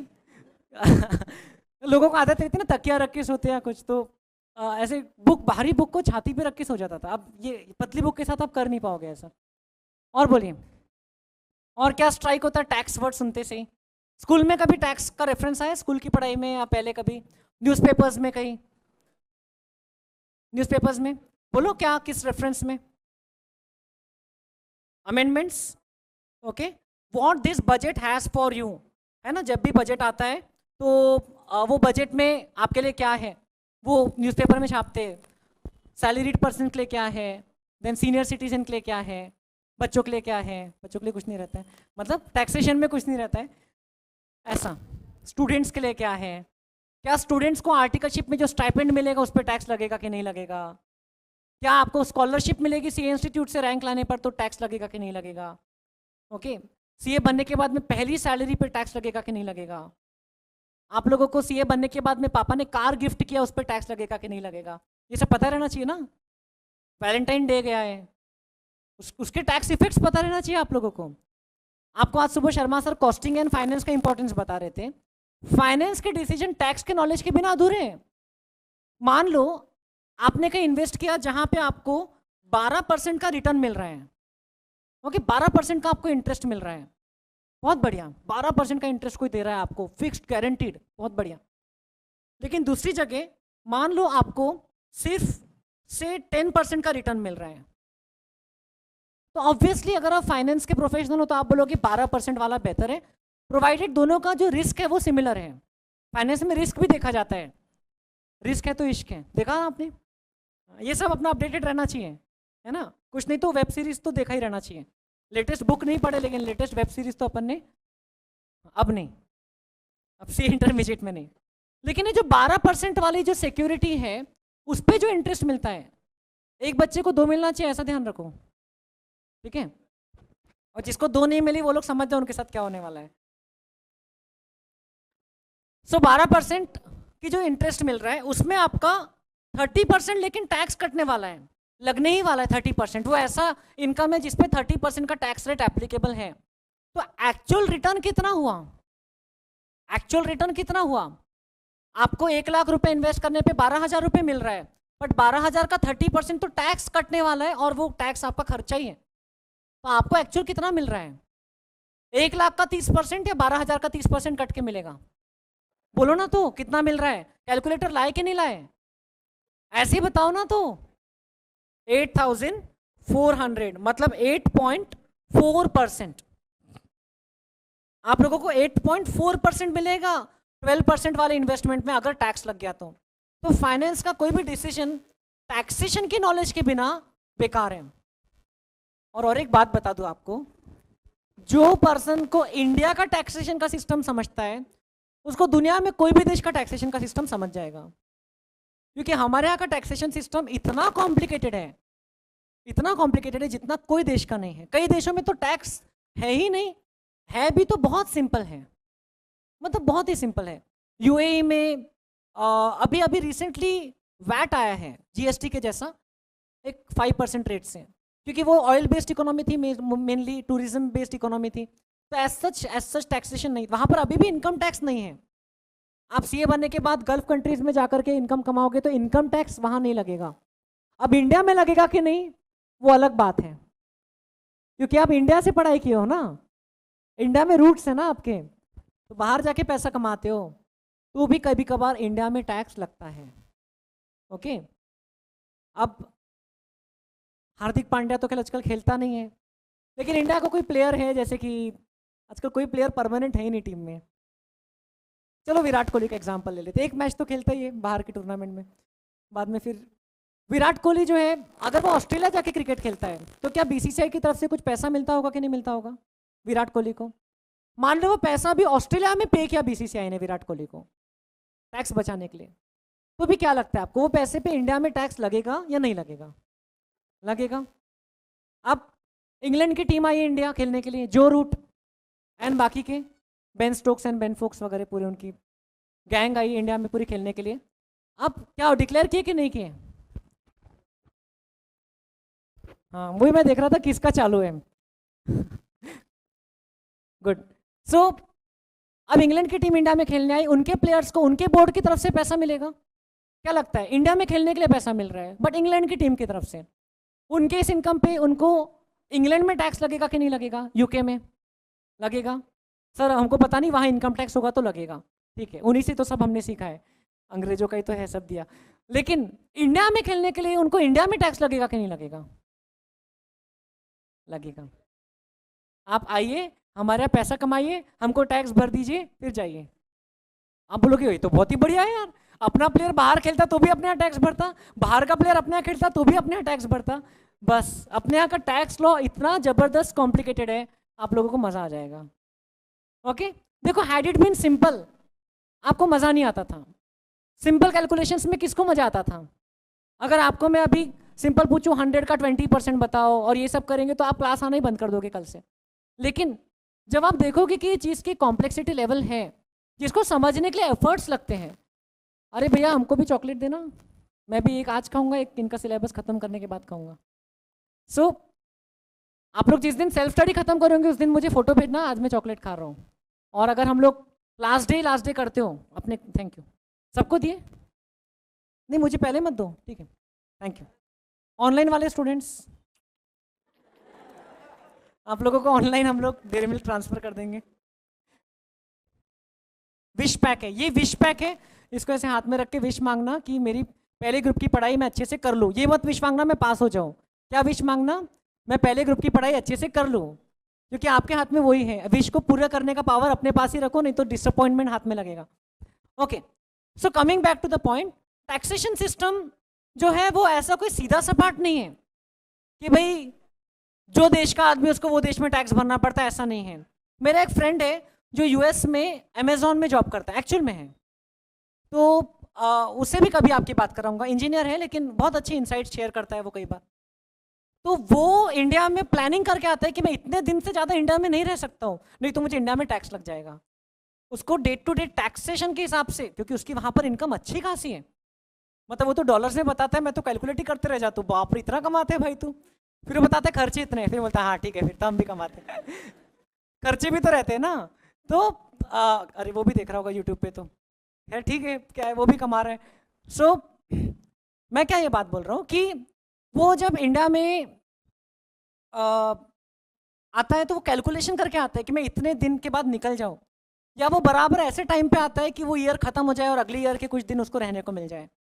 और ये सब के लिए टैक्स का नॉलेज होना ज़रूरी है, जो कॉम्प्लेक्सिटीज है वो पता रहना ज़रूरी है।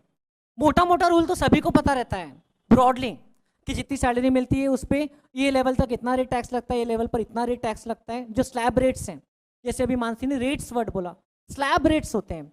स्लैब मतलब इस तरीके के लेवल्स या सीढ़ियाँ, जैसे आप लोग अभी 5th फ्लोर पे पहुँचे हो तो 1st फ्लोर तक चलने तक कुछ नहीं लगा होगा, 1st फ्लोर चल गए ऐसे टक टक टक, फिर लगा होगा कहाँ है 501, यहाँ पर तो कहीं नहीं है, फिर अच्छा ऊपर होगा, फिर 2nd फ्लोर तक पहुँचे तो वहाँ तक 5%, थोड़ा सा एफर्ट बढ़ा आपका, थोड़ी सी सांस फूली, फिर यहाँ पर भी कुछ नहीं। आप बहुत हाई कैटेगरी के हो ना, तो आप टॉप स्टडी कर रहे हो, टॉप लेवल स्टडी कर रहे हो। अगर आपको इन डेप्थ स्टडी करवा रहे तो हम जमीन के अंदर करवाएंगे, लेकिन अभी टॉप लेवल स्टडी करना है अपने को, टॉपर वाली स्टडी, इसलिए टॉप फ्लोर पे आपको बुलाया। तो फिर 3rd फ्लोर पे चढ़े, थोड़ा सा और आपका लेवल बढ़ा तो नया स्लैब रेट एप्लीकेबल हो गया 20%, 5 लाख से 10 लाख की इनकम पे 20%। आप और आगे बढ़े 10 लाख के भी ऊपर 4th फ्लोर पे पहुंच गए 30%। पहले पता है एक जमाने में 97.5% हाईएस्ट टैक्स रेट रहता था। कितना?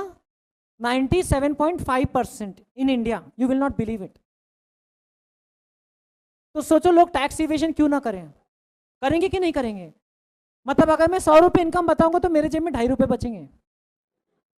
This used to be the case, बहुत पहले की बात है, पुराने इनकम टैक्स एक्ट की बात है। ये इनकम टैक्स एक्ट नया है, 60 साल वाला, 1961 में आया है। इसके पहले और एक इनकम टैक्स एक्ट था, उसके पहले और एक इनकम टैक्स एक्ट था।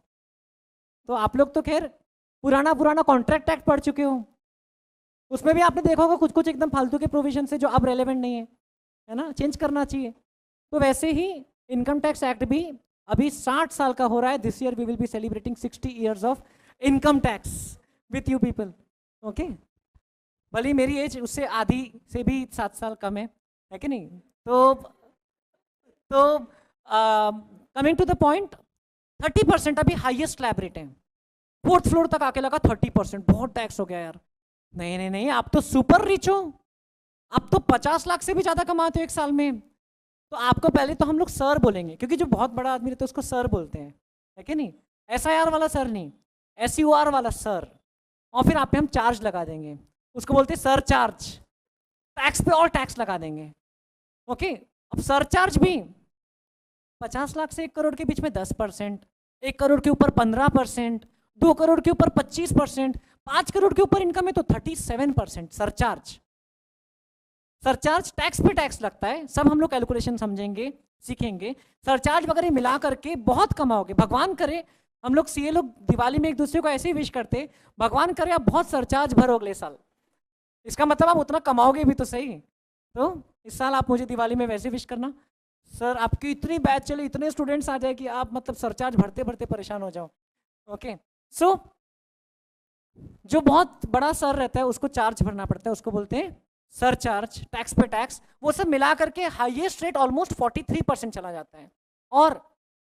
और जो भी टैक्स अमाउंट आता है, टैक्स इंक्लूडिंग सरचार्ज या बिफोर सरचार्ज, अगर सरचार्ज एप्लीकेबल नहीं है तो उस पे हेल्थ एंड एजुकेशन सेस नाम से 4% और टैक्स लगता है।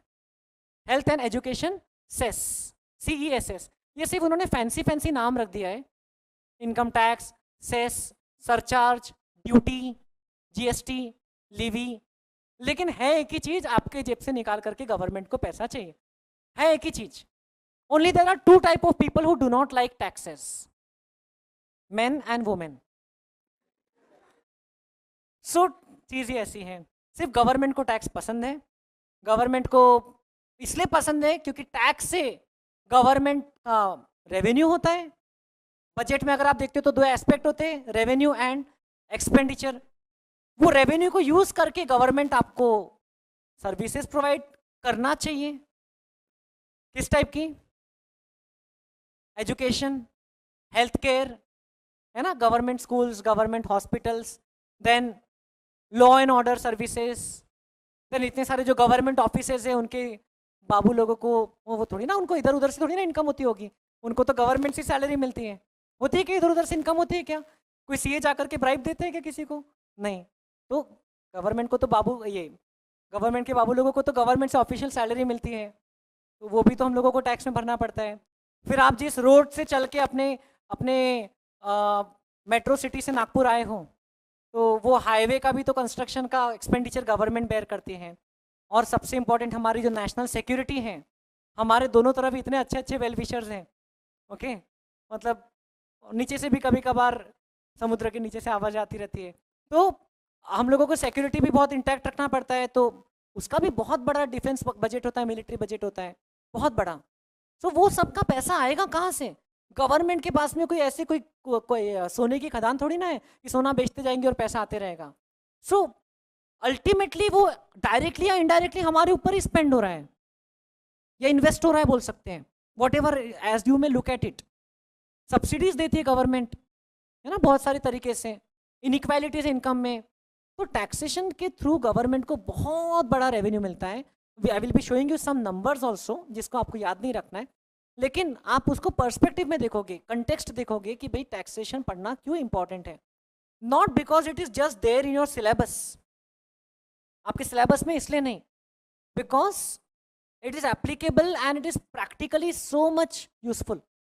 टैक्सेशन नहीं रहा तो गवर्नमेंट की पूरी मैकेनिज्म फेल हो जाएगी, पूरी मशीनरी फेल हो जाएगी। जिसके पास में पैसे ज़्यादा है वो ओवर रूल कर लेगा, या मिलिट्री पावर है वो ओवर रूल कर लेगा। पहले ऐसे ही तो होता था, किंग्स एक दूसरे को अपने मिलिट्री पावर से ओवरथ्रो कर लेते थे। लेकिन अब हो सकता है कुछ कुछ कॉरपोरेशंस इतने बड़े हो गए हैं कि उनके पास कई देशों के गवर्नमेंट से भी ज़्यादा पैसा है, बट वो जाके वो देश को नहीं खरीद सकते हैं। बहुत कुछ हो रहा है। अगर आप थोड़ा सा देखोगे ध्यान से तो चाइना ने बहुत सारे अफ्रीका की कंट्रीज को लोन दे के रखा है, और अब धीरे धीरे उनके असेट्स चाइना के होते जा रहे हैं, बट स्टिल अभी भी उनकी सॉवेरेंटी है, वो चाइनीज रिपब्लिक नहीं बन गए हैं अभी। आगे क्या होगा वो आगे होगा, बहुत बड़ा गेम प्लान है। लेकिन गवर्नमेंट एज एन एंटिटी तभी जिंदा रहेगी जब तक कि उनका टैक्सेशन का रेवेन्यू आते रहेगा।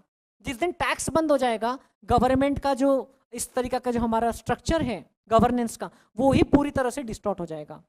एंड वी डोंट नो, इस साल हम लोग ने 2020 में कोविड देखा, क्या पता आने वाले 20-30 साल में तो क्या क्या हो सकता है, we don't know at all. तो इसलिए आपको ये चीज़ का इंपॉर्टेंस समझना है कि इकोनॉमिक पर्सपेक्टिव से भी टैक्स का क्या रेलेवेंस है। आपको सिर्फ इतना छोटा माइंडसेट से नहीं पढ़ना है कि भाई एक पर्सन की इनकम पे टैक्स कैसे निकालना है, इनकम कैसे निकालना है, वो तो है ही, लेकिन ओवरऑल स्कीम ऑफ थिंग्स में टैक्स का क्या रोल है ये आपको समझना है। एंड इट इज, एक बार वो पर्सपेक्टिव सेट हो गया, एक बार हेलीकॉप्टर व्यू मिल गया, जैसे हम कोई नए शहर में जाते फ्लाइट से, तो ऊपर से देख लिया कि भाई क्या क्या है, फिर उसके बाद में एक एक एरिया में जाते एक्सप्लोर करते, तो ज़्यादा मज़ा आता है। Aerial view is always good to have, aerial view या हेलीकॉप्टर व्यू वो रखना है आपको। ऑलराइट, सो आप लोगों ने मुझे कुछ बहुत कम बातें बताई टैक्स से संबंधित। इसके अलावा जो स्टूडेंट्स GST पढ़े हैं अर्ली बर्ड बैच में, उन लोगों को तो इसके अलावा बहुत सारे और टर्म्स पता होंगे, जैसे कि लेवी, एग्जेम्पशंस, सप्लाई, बोलो, पढ़े नहीं पढ़े? गुड्स, सर्विसेज, कंपोजिशन स्कीम, बहुत कुछ आप लोगों ने ऑलरेडी पढ़ा हुआ है। भले अभी का भूल चुके होंगे, अभी क्या 1 हफ्ता हो गया ना पढ़ने को, 1 हफ्ते में तो अपन सब भूल जाएंगे। ये क्लासेस तो 4 महीने की चलेगी। टैक्सेबल पर्सन, आपका नाम क्या है? कंचन आप हो। सो अर्ली बर्ड बैच में आप लोग ने बहुत सारी चीज़ें पढ़ा, लेकिन अब इनकम टैक्स के पर्सपेक्टिव से हम लोगों को देखना है। अभी हमारा अप्रोच रहेगा, पहले हम लोग इनकम टैक्स पढ़ेंगे अराउंड 2.5 से 3 महीना, उसके बाद लास्ट का 1 या 1.25 मंथ्स, 1.25 महीना हमारा 30-35 दिन चलेगा जीएसटी। इस तरीके का हमारा अप्रोच रहेगा। Okay, daily 2 hours 10 minutes minimum classes रहेगी। ओके, तो आप लोगों को एक माइंडसेट बना के रखना होगा।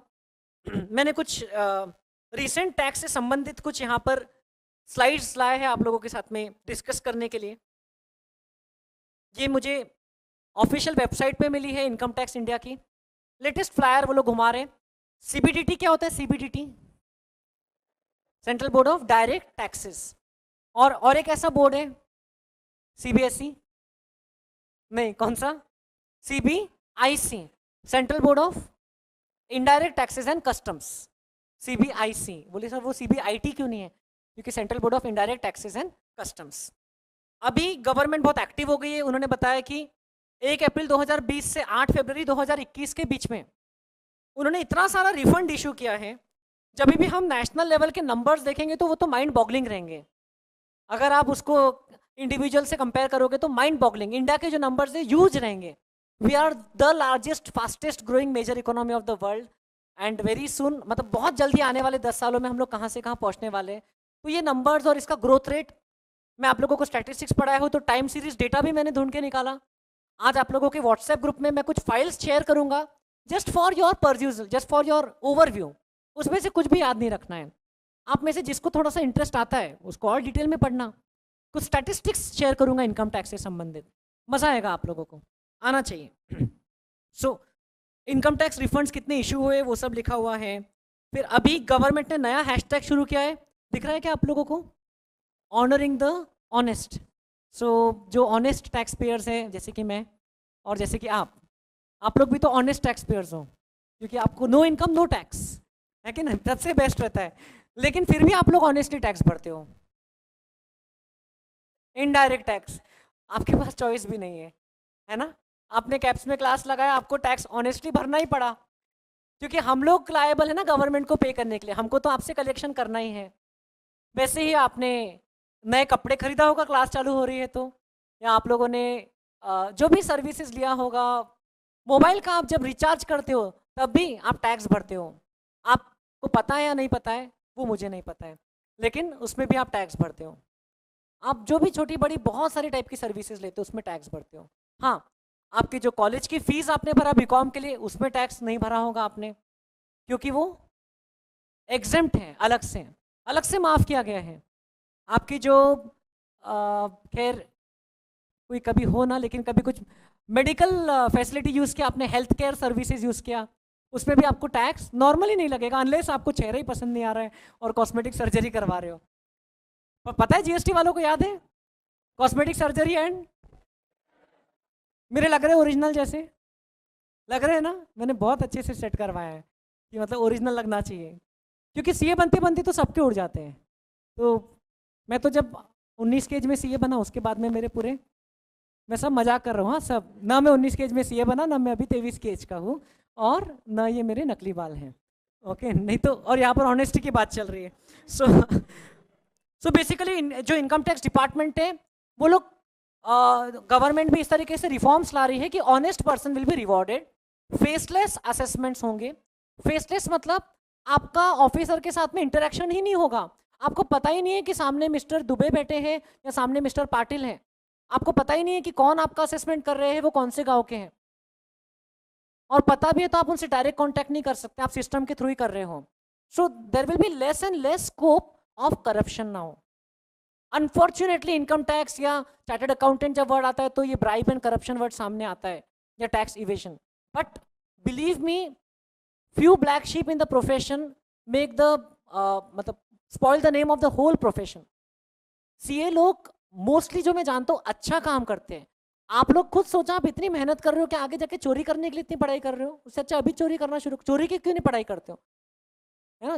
चोरी वाली एकेडमी कोई होगी तो ऐसा ढूंढो कि भाई हमको चोरी करना सिखा दो। सो हम लोग आपको यहाँ पर जो इतनी पढ़ाई करवा रहे, इतना आप स्ट्रगल करते हो, I don't think you would want to go out there as a chartered accountant and do tax evasion. I don't think. और स्पेशली आज के जो जनरेशन अब प्रोफेशनल्स बन रहे हैं, they don't want to go by the other way. उनको सब कुछ लीगली करना है, टैक्स लगे तो लगे। जैसे मेरी जब इनकम एक रीजनेबल लेवल की होने लगी, पहले तो मेरी इनकम बेसिक स्लैब रेट के भी नीचे रहती थी, मतलब टैक्स नहीं लगता था। फिर थोड़ी इनकम बढ़ने लगी और उसके बाद में जो टैक्स आता था मैंने भरा हमेशा। मुझे बहुत सजेशंस आए, मैंने बहुत देखा भी है, आर्टिकलशिप भी किया है ना, और मैंने बहुत देखा है कि लोग किस तरीके से टैक्स बचाते हैं। और ऐसा नहीं कि मुझे आता नहीं, लेकिन मैंने बोला कि अगर मैं इतना कमा रहा हूँ तो दे दूंगा, उसमें क्या है। if I am earning 100 rupees and I have to pay 20 rupees or 30 rupees whatever, I will give it। And फिर भी इफेक्टिवली उतना ज़्यादा आता भी नहीं है एक्चुअली। सो ये आज की जनरेशन में चेंज है। Today we are actually looking forward to honest dealings. आप भी ऐसे पर्सन के साथ में डील करना चाहोगे जो ऑनेस्ट है, isn't it? So faceless assessment scheme ये गवर्नमेंट ने बोला है ना, रिप्लाई भी सब इलेक्ट्रॉनिकली मिलेगा, आपको नोटिस इलेक्ट्रॉनिकली मिलेगी, आप उसका रिप्लाई इलेक्ट्रॉनिकली करोगे तो सब कुछ कंप्यूटर सिस्टम्स के थ्रू होगा। फेसलेस अपील्स, अपील्स मतलब आपको अगर ऑफिसर का ऑर्डर पसंद नहीं आया, आपको लगता है कि लॉ में ऐसा लिखा है कि ये आइटम पे टैक्स नहीं लगेगा, ऑफिसर ने बोला टैक्स भरो, तो आप अपील कर सकते हो आगे के लेवल पे हायर ऑफिसर को, और ये सब फेसलेस हो जाएगा। तो ये अनफॉर्चुनेटली पहले सिस्टम था जिसमें करप्शन था। I am not saying no, अभी भी पूरी तरह खत्म नहीं हुआ है एंड शायद आगे भी नहीं होगा, बिकॉज करप्शन रूट आउट करने के लिए सिस्टम्स नहीं, ह्यूमन सिस्टम में अंदर चेंजेस होना चाहिए। बाहर के सिस्टम, एक्सटर्नल चेंजेस से करप्शन खत्म नहीं होगा जब तक हमारे अंदर से वायरस नहीं हटता, है ना? आप में से कोई है वायरस लेके घूम रहा है? कौन सा वायरस? आई होप आप समझ रहे हो। So it is up to see virus, corona वाला नहीं, करप्शन वाला वायरस, तो वो हमारे अंदर है। अगर हम लोग अंदर से हम लोग क्लीन रहे तो फिर ये सब धीरे धीरे बंद हो जाएगा। फिर एकदम लेटेस्ट मुझे गवर्नमेंट के पोर्टल पे मुझे ये मिला, जीएसटी कलेक्शंस जनवरी 2021 में ऑल टाइम हाई हुए। एक महीने के 1.2 लाख करोड़ रुपीस का जीएसटी कलेक्शन हुआ। ये उन्होंने, अपन ने स्टैटिस्टिक्स में ऐसा कुछ डायग्राम पढ़ा था फर्स्ट चैप्टर में, statistical description of data, bar diagram, bar graph, simple bar diagram बना दिया उन लोगों ने, लेकिन इससे बहुत कुछ समझ में आता है। देखो अप्रैल 2020 में एकदम कम था, क्यों? Corona virus, lockdown, nobody was going to office at all, फिर भी 32,000 करोड़ का जीएसटी का कलेक्शन हुआ, क्योंकि मार्च का पेमेंट अप्रैल में होता है, अप्रैल का पेमेंट मई में होता है, तो वो सब आप पढ़ोगे, but this is as per the actual collections. तो ये जो दिसंबर में जो हुआ ट्रांजेक्शन्स, उसका कलेक्शन जनवरी में हुआ गवर्नमेंट को, उसमें मैंने भी थोड़ा सा कंट्रीब्यूट किया। हम लोगों ने देखो जीएसटी की बैच में हमने साथ में पेमेंट किया था। मैं आप लोगों को ऑनलाइन पेमेंट करके बताऊंगा, ऑनलाइन जीएसटी का रिटर्न फाइल करके बताऊंगा। इनकम टैक्स का नहीं बता सकता हूँ क्योंकि उसमें मेरी पूरी डिटेल्स सामने आ जाएंगी, जो कि और वो मैं खुद, मेरा खुद रिटर्न फाइल भी नहीं करता हूँ, मैं सिर्फ डिटेल्स रेडी करता हूँ और हम लोग ऑफिस में सॉफ्टवेयर के थ्रू करते हैं वो, क्योंकि वो कुछ ज़्यादा ही कॉम्प्लिकेटेड है। हर साल उसमें फॉर्म्स में चेंजेस ही चेंजेस, और वैसे भी अभी उसकी ड्यू डेट भी नहीं है। आज जिन लोगों को ऑडिट एप्लीकेबल है उनका ड्यू डेट है, और मेरा रिटर्न आज फाइल हो रहा है मेरे ऑफिस से। ओके, तो मैंने रेडी तो करके रखा था बहुत पहले से, बट सीए के ऑफिस और ड्यू डेट का एक बहुत पुराना संबंध है। ड्यू डेट के दिन रात को 12 बजे तक काम नहीं किया तो फिर कैसा सीए? तो आप लोग भी एग्जाम के एक दिन पहले रात को 12 बजे तक की पढ़ाई नहीं की तो कैसे स्टूडेंट हो? बस वो हैबिट है जो आखिरी तक की चलती आती है। आज 15 फरवरी 2021, today is the last day for filing income tax return for assessees who have audit applicable. मुझे तो ऑडिट एप्लीकेबल नहीं है, बट मैं ऐसे फर्म में पार्टनर हूँ जिसको ऑडिट एप्लीकेबल है, तो इसलिए मुझे भी 15 फरवरी की ड्यू डेट मिली है। कुछ नहीं समझाना तो बस ये मैं समझाऊंगा आगे। ओके, वो कहते हैं कि if you can not convince them, confuse them. तो मैं आज पहली क्लास में आपको कन्विंस तो नहीं कर सकता, इनकम टैक्स बहुत कॉम्प्लिकेटेड है, बहुत बढ़िया है, बहुत पेंचीदा है, तो मैं आपको कन्फ्यूज कर देता हूँ कि भैया आगे आप मेरी क्लास लगाओ, अटेंशन दो और पढ़ो, ताकि जो मैं अभी बोल रहा हूँ it will make sense to you. ये सेम वीडियो यूट्यूब पे होपफुली रहेगा, अगले साल जाके देखना तो आप लोगों को बातें याद आएगी। सो अब ये बजट 2021 में कुछ चेंजेस आए, जस्ट गवर्नमेंट के कुछ फ्लायर्स में यहाँ पर आपके साथ शेयर कर रहा हूँ। आत्मनिर्भर आत्मनिर्भर भारत का budget 2021 overall it was very much appreciated by different segments of the experts. Senior citizens के लिए उन्होंने इनकम टैक्स एग्जेम्प्ट नहीं किया, ध्यान से देखो, income tax return filing exempt किया, टैक्स माफ नहीं किया। तो अभी हम लोग पढ़ेंगे 80 ईयर प्लस वाला, अच्छा सीनियर सिटीजन भी अलग अलग होते हैं, 60 ईयर प्लस वाले भी सीनियर सिटीजन होते हैं, 75 ईयर प्लस वाले एक नई कैटेगरी आ गई, 80 ईयर प्लस वाले सुपर सीनियर सिटीजन होते हैं, उन्होंने नाम रखा है, मैं नहीं रख रहा हूँ। और देश के जो बूढ़े होते हैं वो बूढ़े होते हैं, जो बाहर के बूढ़े होते हैं वो बूढ़े नहीं होते हैं। मतलब सीनियर सिटीजन भी, मतलब यहाँ पर लिखा नहीं है लेकिन डिटेल में जब हम पढ़ेंगे तो जो रेसिडेंट सीनियर सिटीजन है उन्हीं को ये सब बेनिफिट्स हैं। अगर कोई दूसरे कंट्री का पर्सन है जो इंडिया में कुछ ही दिन के लिए आया है और इंडिया में पैसे कमा रहा है तो उनको तो टैक्स लगेगा और उनको कुछ छूट भी नहीं मिलेगी। सो बहुत सारी बातें हैं बजट 2021 में। फिर टैक्सेशन के थ्रू गवर्नमेंट देखिए किस तरीके से बाकी ऑब्जेक्टिव्स फुलफिल करती है। एक मेजर ऑब्जेक्टिव तो रहता है आर फॉर रेवेन्यू, गवर्नमेंट का रेवेन्यू का one of the major sources है, आगे फिगर्स देखोगे आप। लेकिन एक और ऑब्जेक्टिव रहता है रीडिस्ट्रीब्यूशन, कि भाई जिन लोगों के पास में ज़्यादा पैसा है, जिन लोगों के पास में कम पैसा है, उन लोगों के बीच में इनइक्वालिटी बढ़ते ना जाए। तो taxation is one way through which it can be reduced a bit. ये तो अगर कैपिटलिज्म चलता रहा तो जो रिच है वो रिच ही होते रहेगा और जो पुअर है और रिच की गैप बढ़ती रहेगी। ओके, आप जैसे जैसे आगे पर्सनल फाइनेंस के बारे में समझोगे आपको समझेगा कि either the compounding will work for you और it will work against you. अगर आपने पैसा इन्वेस्ट करके रखा है तो आप रिच पे रिच होते जाओगे, आपने लोन लेके रखा है तो आप पुअर पे पुअर रहोगे। So you have to very very soon come out of that trap. Okay, इसलिए बहुत अच्छा कोर्स है ये। लेकिन कमिंग बैक, तो यहाँ पर गवर्नमेंट ने देखो टैक्सेशन के थ्रू हाउसिंग फॉर ऑल वाले विजन को उन्होंने किस तरीके से आगे बढ़ाया।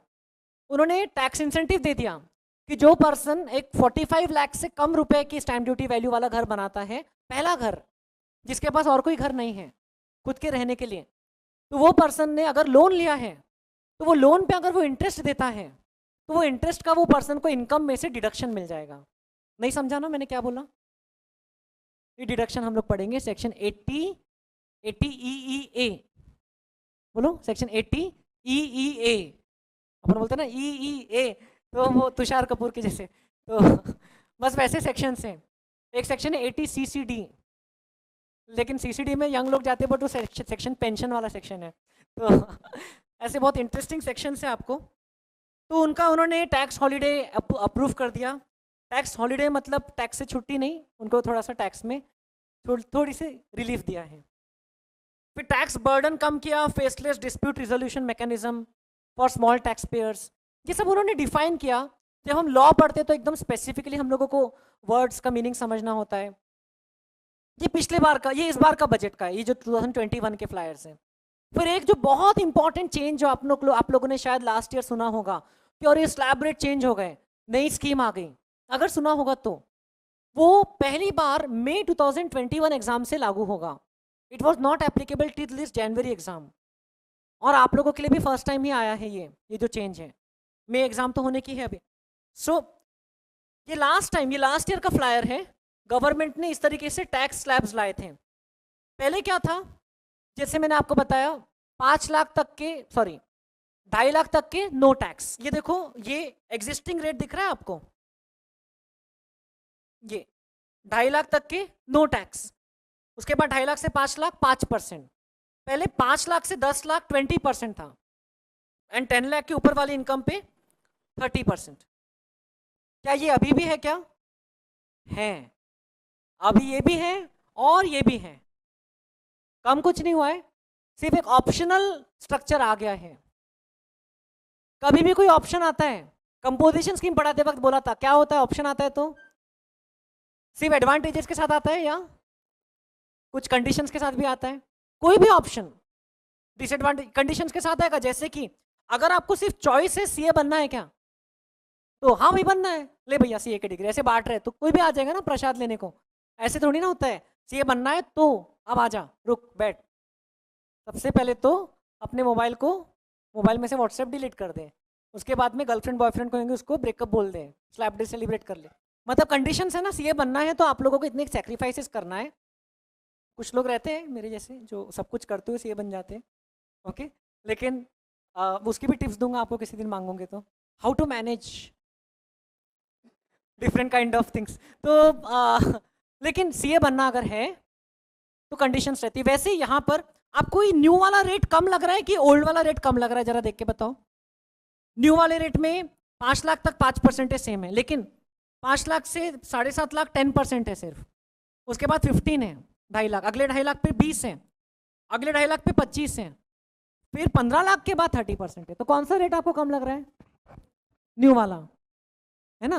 तो as a layman salaried employees में तो खुशी की लहर छा गई, क्योंकि अनफॉर्चुनेटली सैलरीड एम्प्लॉयज को टैक्स भरना ही पड़ता है, वो लोग छुपा नहीं सकते हैं, क्योंकि उनका एम्प्लॉयर उनका टैक्स बता देता है गवर्नमेंट को। जो लोग बिजनेस करते हैं ना, वो लोगों को टैक्स छुपाने के बहुत तरीके रहते हैं। वो लोग खर्चे दिखा देते हैं, ऐसे खर्चे जो उन्होंने किया ही नहीं वो दिखा देते हैं, प्रॉफिट कम कर लेते हैं, कम प्रॉफिट पे टैक्स कम लगता है। बट जो सैलरीड एम्प्लॉयज रहते हैं उनको तो पूरा पक्के में मिलता है बैंक अकाउंट में पैसा, उनको कुछ खर्चे अलाउड ही नहीं है 2-3 के अलावा। स्टैंडर्ड डिडक्शन अलाउड है 50,000 रुपये का, और गवर्नमेंट एम्प्लॉयज को 5,000 रुपये का और एक अलाउंस अलाउड है, और एक प्रोफेशनल टैक्स जो कि 6,000 रुपये के ऊपर कभी नहीं रहता है। तो मेरे जितने भाई बहन कजिन सैलरीड है, उन लोगों को टैक्स बचाना उतना आसान नहीं है।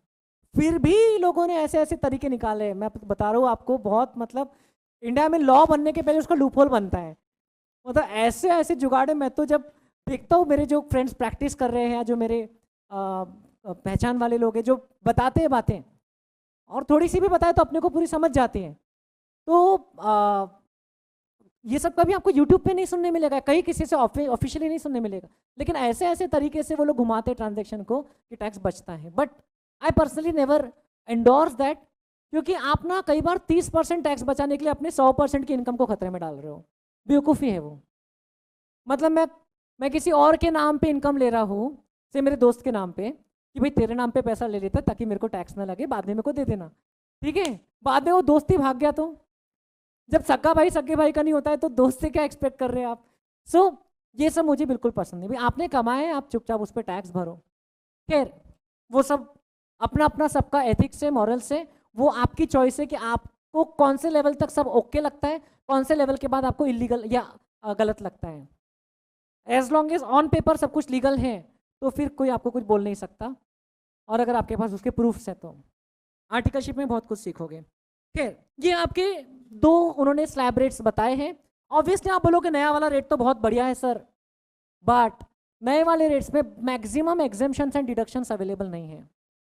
अच्छी भी बात है, एज अ स्टूडेंट इतना सारा पढ़ना नहीं पड़ेगा, बट बैड न्यूज़ ये है कि आपके हर चैप्टर के हर क्वेश्चन में कंडीशन है, assume that they have not opted for this. So हमको ओल्ड के हिसाब से कैलकुलेशन करना पड़ेगा, एंड सभी एग्जेम्पशंस एंड डिडक्शंस पढ़ना पड़ेगा। उससे अच्छा अपन ऐसा बोलते हैं, अपने को ओल्ड के हिसाब से कैलकुलेशन करने मिलेगा और सभी एग्जेम्पशन और डिडक्शन पढ़ने मिलेगा, और ओल्ड के हिसाब से टैक्स निकालने मिलेगा।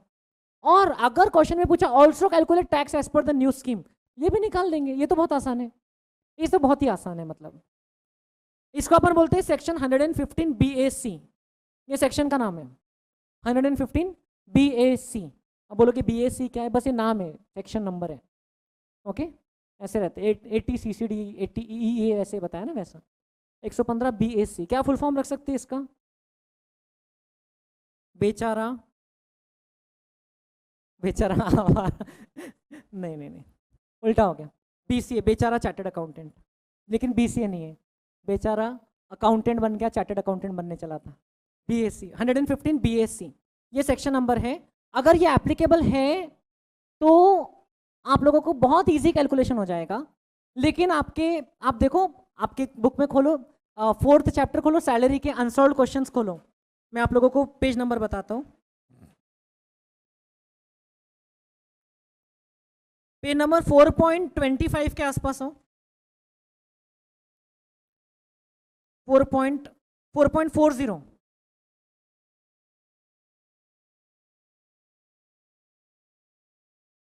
ये देखो क्या लिखा हुआ है, 4.48, पेज नंबर 4.48। क्या लिखा हुआ है क्वेश्चंस के ऊपर में? In all the questions assume that assessee has not opted for the provisions of section 115 BAC unless otherwise specified. मतलब अगर क्वेश्चन में लिखा है तो वो आप किया, नहीं तो फिर अपने को पुराने स्कीम के हिसाब से चलना है। पुरानी स्कीम मतलब पुरानी नहीं है, वो आज भी एप्लीकेबल है, बट वो पहले से भी थी इसलिए पुरानी है बस। ठीक है, तो यू हैव अ चॉइस, या तो आप वो कंडीशंस फॉलो करके न्यू स्कीम में जा सकते हो जो सिंप्लीफाइड स्कीम है, या तो आप पुराने में जा सकते हो। तो सिंप्लीफाइड में जाना चाहेंगे? नहीं, उस स्कीम में जाना चाहेंगे जिसमें पैसा बचता है। कौन सी स्कीम में जाओगे? जहाँ कैलकुलेशन आसान है या ज़्यादा पैसा जहाँ बचता है? कहाँ जाओगे? जहाँ पैसा ज़्यादा बचता है कि नहीं? 4th फ्लोर पे फाउंडेशन की क्लास आ रही है, 4th फ्लोर तक चढ़ना ज़्यादा आसान है, तो 4th फ्लोर पे जाके बैठ जाओगे क्या? नहीं, जहाँ अपने को काम है वहाँ जाएंगे ना, तो वैसी वाली बात है। सो ये हम लोग न्यू स्कीम के बारे में पढ़ेंगे। और अगर आपकी इनकम 5 लाख के अंदर है तो इवन ओल्ड स्कीम और न्यू स्कीम दोनों में एक्चुअली आपको टैक्स नहीं आता है, फिर भी एक्सेप्शनल केसेस में आएगा, तो हम लोग देखेंगे।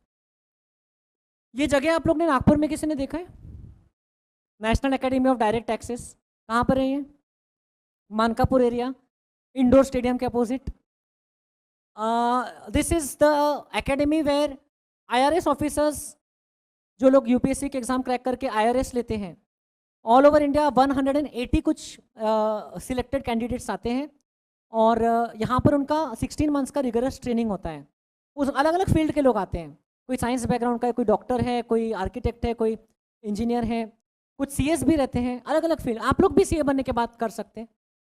यहाँ पर उनका 16 मंथ का ट्रेनिंग होता है। So I have been teaching taxation, accounts, Microsoft Excel and little bit of finance to those officers since 2013, in fact 2012, जब मैं 22 साल का था, 22 साल का भी नहीं था। और मैंने पहली क्लास बहुत नर्वसनेस में लिया था। यू कैन इमेजिन, जस्ट जैसे पिछले साल मैं 22 साल का था, तो मैं बहुत नर्वस था। और मैंने क्लास के बाद में उनको मेरी एज बताई तो बहुत तालियां बजी, बड़ा मजा आया। बट उसके बाद में I have taken more than 400 sessions there, 401 घंटे के सेशंस लिया है, इंक्लूडिंग माइक्रोसॉफ्ट एक्सेल। बहुत मज़ा आता है, बहुत बड़ा कैंपस है, वहाँ के काफ़ी सारे ऑफिसर्स अब इनकम टैक्स के कमिश्नर्स बन चुके हैं, एडिशनल कमिश्नर्स या आगे। कुछ ऑफिसर्स मेरे टच में भी हैं, बहुत कुछ फेसबुक पे फ्रेंड है, कुछ ऐसे कनेक्टेड है अलग अलग सिटीज़ में। तो मैं इसलिए आपको मेरी बड़ाई करने के लिए नहीं बता रहा हूँ, मैं ये बता रहा हूँ कि Nagpur is a place where people come to study taxation, officers come to study taxation. And अभी तो वहाँ पर बहुत रिस्ट्रिक्शंस है कोविड के कारण, वहाँ पर हमारे कुछ फ्रेंड्स हैं, अगर पॉसिबल हुआ तो हम आप लोगों की विजिट करवाएंगे वहाँ पर, क्योंकि हमारे पहले की कुछ बैच के स्टूडेंट्स वहाँ पर गए हैं NADT में, एंड कैंपस देखे। वैसे एकेडमिक इंस्टीट्यूट है लेकिन बहुत ज़बरदस्त, उनका पूरा उनका स्विमिंग पूल है, और फिर बैडमिंटन कोर्ट है, प्लेइंग एरिया है, बड़ा सा ऑडिटोरियम है, वहाँ पर हम लोग ने पढ़ाया है, and it was a great feeling. लेकिन उन लोगों को अकाउंट्स पता है मैंने कहाँ से पढ़ाया? 11-12 स्टेट बोर्ड की बुक से पढ़ाया। जो आप लोग ने 11-12 में अकाउंट्स पढ़ा है वो पढ़ाया, क्योंकि उन लोगों को तो बेसिक से पढ़ाना है। So even at the highest level it is the basics that we should know, even at the highest level. Even I have taken many sessions, Neeraj sir has taken many sessions. Okay, हम लोग बहुत privileged रहे हैं, और नागपुर के बहुत सारे CAs को मौका मिलता है, हम लोगों को ज़्यादा मौका मिल गया। अब हम लोग वहाँ पर बहुत कम जाते हैं क्योंकि हमारी बैचेस के टाइमिंग के साथ मैच नहीं हो पाता है, लेकिन it is a great place in Nagpur. ये रिसेंट न्यूज़ है 11th ऑफ फरवरी की। इनकम टैक्स डिपार्टमेंट ने बेंगलुरु में रेड किया लिकर कंपनी पे, और 870 करोड़ की ब्लैक मनी उन्होंने वहाँ पर जब्त किया। 870 करोड़ में 2 बड़े बड़े पावर प्लांट बन जाते हैं। 870 करोड़ मतलब आप जस्ट सोच लो कितना होता है। और ऐसे ये कोई नई न्यूज़ नहीं, ऐसे न्यूज़ आती रहती हैं। फिर ये और एक न्यूज़ है टैक्सेशन से संबंधित, बजट से संबंधित। CA इंस्टीट्यूट ने फाइनेंस मिनिस्टर को अपील किया कि आपने जो GST ऑडिट हटा दिया प्लीज मत हटाओ। GST ऑडिट पहले था, GST आने के बाद CA एंड कॉस्ट अकाउंटेंट के पास में पावर था, उससे फीस मिलती थी CA लोगों को। जिन असेसीज का, जिन टैक्स पेयर का टर्नओवर 5 करोड़ के ऊपर था, उनको GST ऑडिट एप्लीकेबल था, तो CA के थ्रू ही करवाना पड़ता था मैंडेटरीली। बट इस बार बजट में प्रपोजल आया कि हटा दो, कोई जरूरत नहीं है CA की। बट ICAI ने ये आर्टिकल अगर आप खोल के पढ़ोगे तो उसमें लिखा है कि नहीं नहीं, CA के कारण ही आपका जो रेवेन्यू कलेक्शन हुआ है वो हुआ है, CA लोगों ने तो इतना लोगों से टैक्स भरवाया है। सो ये सब चलते रहता है, एंड ये बहुत बड़ी बात है, आप लोगों के प्रोफेशनल फ्यूचर से संबंधित बात है। अगर ये ऑडिट हट जाता है तो कहीं ना कहीं काम कम हो जाएगा, बट अगर आप में वैल्यू है, अगर आप वैल्यू ऐड करते हो तो आपको कुछ ना कुछ काम मिलते रहेगा। एक प्रपोजल ऐसा भी है जिसको बोलते हैं अर्थ क्रांति। आप लोग जरूर से सर्च करना, अर्थ क्रांति इनिशिएटिव। अर्थक्रांति.org नाम की वेबसाइट है, पुणे बेस्ड ऑर्गेनाइजेशन है, जिन्होंने प्रपोज किया था बहुत साल पहले गवर्नमेंट को कि आप इनकम टैक्स, जीएसटी सब हटा दो। तब तो जीएसटी था भी नहीं, ठीक है, आप सब हटा दो, सिर्फ इंपोर्ट ड्यूटी जो है, कस्टम ड्यूटी, गुड्स इंपोर्ट करते उस पर लगती वो रहने दो, और आप जो बैंकिंग से ट्रांसफर होता है पैसा उस पर 2% टैक्स लगा दो। जैसे कि आपने अगर कैप्स को 50,000 का पेमेंट किया तो उस पर 2% टैक्स कट गया, कैप्स को पैसा मिलते मिलते, मतलब 1,000 रुपीज़ कट गया, खत्म, बस, और कोई टैक्सेशन नहीं, पूरा 49,000 रुपीज़ कैप्स का। फिर हमने सपोज ही बिल्डिंग का रेंट भरा ओनर को, सपोज 2 लाख रुपीज़ का रेंट भरा, उसका 2% टैक्स ओनर के खाते में से कट गया, 4,000 रुपये कट गया, खत्म बात। इतना सिंपल सिस्टम उन्होंने प्रपोज किया कि automatically banking tax, banking transaction tax, okay, bank से ट्रांसफर हो रहा है तो उस पर टैक्स लग जाए। इतना ज़बरदस्त प्रपोजल उन्होंने पूरा उसको बताया कि इसके थ्रू कैसे ब्लैक मनी जो है वो खत्म हो सकता है, कैसे हमारा जो पैरेलल इकोनॉमी चल रहा है वो खत्म हो सकता है। एंड कुछ लोग मानते हैं कि जो डीमोनेटाइजेशन हुआ था 8 नवंबर 2016 को, it was the first step towards that. उनका बोलना है कि 50 रुपये के ऊपर की नोट्स को बैन कर दो, उनका प्रपोजल है ताकि लोग कैश में ट्रांजेक्शन ज़्यादा कर ही ना पाए। आपको अगर 1 लाख रुपये देना है तो आपको ट्रक भर के नोट्स लाना पड़ेगा, फिर 2,000 की नोट रहेंगी तो आ जाएगा, जेब में आ जाएगा, लेकिन अगर बहुत बड़ा अमाउंट देना है तो कैश में नहीं हो पाएगा ना, फिर पकड़े जाओगे, चेकिंग होगी। एंड अभी वैसे भी सर्वेलेंस बहुत बढ़ते जा रहा है, सब इलेक्ट्रॉनिक हो रहा है।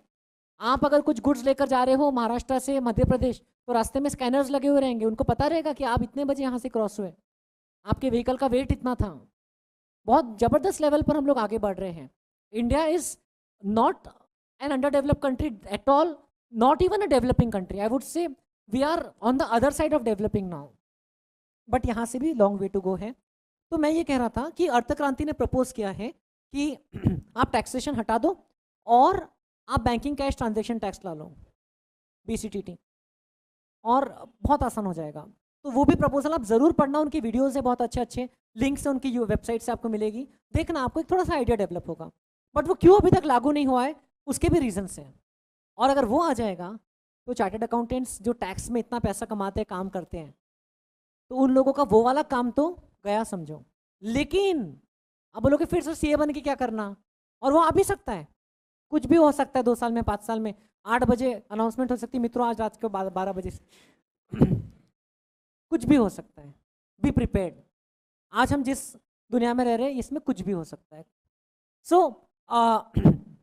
आप लोगों को अपने आप में वैल्यू एनहांस करना है। आप टैक्स की पढ़ाई सिर्फ ये प्रोविजन रटने के लिए नहीं कर रहे हो, बिकॉज जब आप प्रोफेशनल बनोगे एक्चुअल में, आज से 5 साल बाद या 4 साल बाद, अर्लीस्ट पॉसिबल सीए बनोगे, तब भी आज जो हम इनकम टैक्स एक्ट पढ़ेंगे वो नहीं अप्लाई करोगे, उसमें तब तक और चेंजेस हो जाएंगे। ओके, एक जो बच्चा 5 साल का है और जो 9 साल का है उसमें बहुत फर्क होता है, बस वैसा रहेगा। जीएसटी तो अभी एकदम छोटा सा बच्चा है, 2017 में आया था, ये 4था साल चल रहा है। जब आप सीए बनोगे तब तक जीएसटी मतलब स्कूल जाने लग जाएगा, बहुत काफ़ी बड़ा हो जाएगा, तो बहुत चेंजेस हो जाएगी, बोलने का मतलब सिस्टमेटिक हो जाएगा। पहचान नहीं पाओगे, इतना छोटा सा था जब पहले मिले थे, इतना बड़ा हो गया है, तो आप पहचान नहीं पाओगे। So you need to learn how to learn. अभी आप लोगों का ये नहीं कि भाई क्या पढ़ना है बताओ, मैं आपका पहले क्लास में वाई पे फोकस कर रहा हूँ, फिर हाउ और देन वॉट पे चलेगी अपनी पूरी क्लासेस, चिंता मत करो, बट वाई क्लियर होना चाहिए माइंड में। You are not just studying this subject just for the sake of it because exam में है। आपको ये सब्जेक्ट पढ़ना है ताकि आपको पढ़ना समझे। जैसे मैथमेटिक्स भी आप पढ़ते हो स्कूल से, बहुत सारे चैप्टर यूजलेस है एज सच प्रैक्टिकल लाइफ में, लेकिन उससे आपका माइंड शार्प होता है, उससे आपको प्रेशर में काम करना आता है, नेवर गिव अप का चीज़ सीखते हो। वैसे ही टैक्सेशन में कई सारे प्रोविजन इतने कॉम्प्लेक्स रहेंगे जो आपके सीए बनने तक तो हट भी जाएंगे, शायद डिलीट हो जाएंगे। या मैं आपको अभी बता दूंगा कि देखो अभी तो पढ़ रहे हो, अगले साल तो डिलीट होने वाला है, क्योंकि नया फाइनेंस बिल आ चुका है, मुझे पता है ना, मैंने तो उस पर भी वीडियो बना के डाला हुआ है। आप लोग मेरे यूट्यूब चैनल पर जाकर देख सकते हो, नए फाइनेंस बिल का वीडियो बजट के 2 दिन बाद आ चुका था। सो मुझे पता है कि क्या चेंजेस आने वाले हैं। आपको पढ़ाते वक्त मैं पढ़ाते पढ़ाते सोचूंगा कि यार मैं तो पुराना पढ़ा रहा हूँ, नया आ चुका है, लेकिन आपको आज वही पढ़ना है जो आपके सिलेबस में है। वो पढ़ने के लिए, वो पढ़ते पढ़ते आपको अपना माइंडसेट डेवलप करना है। Are you understanding what I am saying? Okay, don't just do it for the sake of exam and don't get into this kind of news. I hope कभी भी कहीं से भी ना पता चले कि आप वो 8 में से एक हो, ठीक है? Because this is not an uncommon thing these days. पहले तो सीए लोग बच जाते थे, आजकल सीए लोग भी पकड़े जा रहे हैं। फ्रॉड पहले भी करते थे, अभी भी कर रहे हैं, और अब पकड़े जा रहे हैं, नाम भी शामिल हो रहा है। यही आर्टिकल में नीचे आपको फोटो भी है वो सीए का, विच इज़ अ शेम। नहीं, ये मैंने स्क्रीनशॉट लेके रखा है, तो आप लोगों इसमें जा सकते हो, ये वाली लिंक सर्च कर सकते हो, आपको मिल जाएगा। मुंबई बेस्ड कोई शायद चांडक नाम से है, ये जयपुर का है, मुंबई का और एक न्यूज़ है, आपको मिल जाएगा। सो वैसा काले काम नहीं करना है ना, या तो फिर मास्क पहन के रहने का। हाँ, ये मुंबई वाला है, ये चांडक, देखो नाम लिखा हुआ है, अच्छा नहीं लगता है ना। जब हमारी कम्युनिटी के, हमारे प्रोफेशनल कम्युनिटी जो चार्टर्ड अकाउंटेंट कम्युनिटी है, प्रोफेशनल कलीग का नाम ये सब चीज़ों में आता है, तो लोगों का और ऐसा बनता है।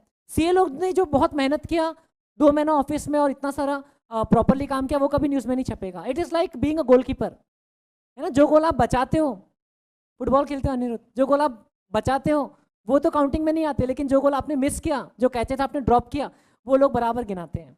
सो इट इज़ लाइक दैट। तो आप लोग के ऊपर में वो बोलते हैं with great power comes great responsibility, तो वैसा रहेगा।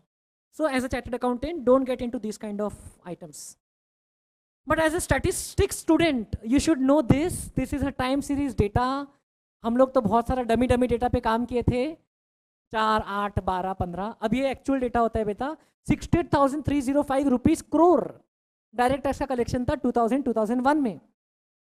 As a percentage of total taxes it was 36% at that time.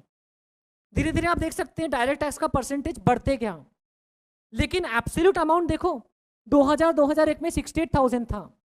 इसकी पूरी डिटेल्ड फाइल मैं आज आपके साथ शेयर करूंगा। और अभी 18-19 के फिगर्स गवर्नमेंट ने पब्लिश किया है, मैं सिर्फ ऑफिशियल डेटा ले रहा हूँ, ये कोई प्राइवेट बॉडी का नहीं, इनकम टैक्स की वेबसाइट से लिया है मैंने।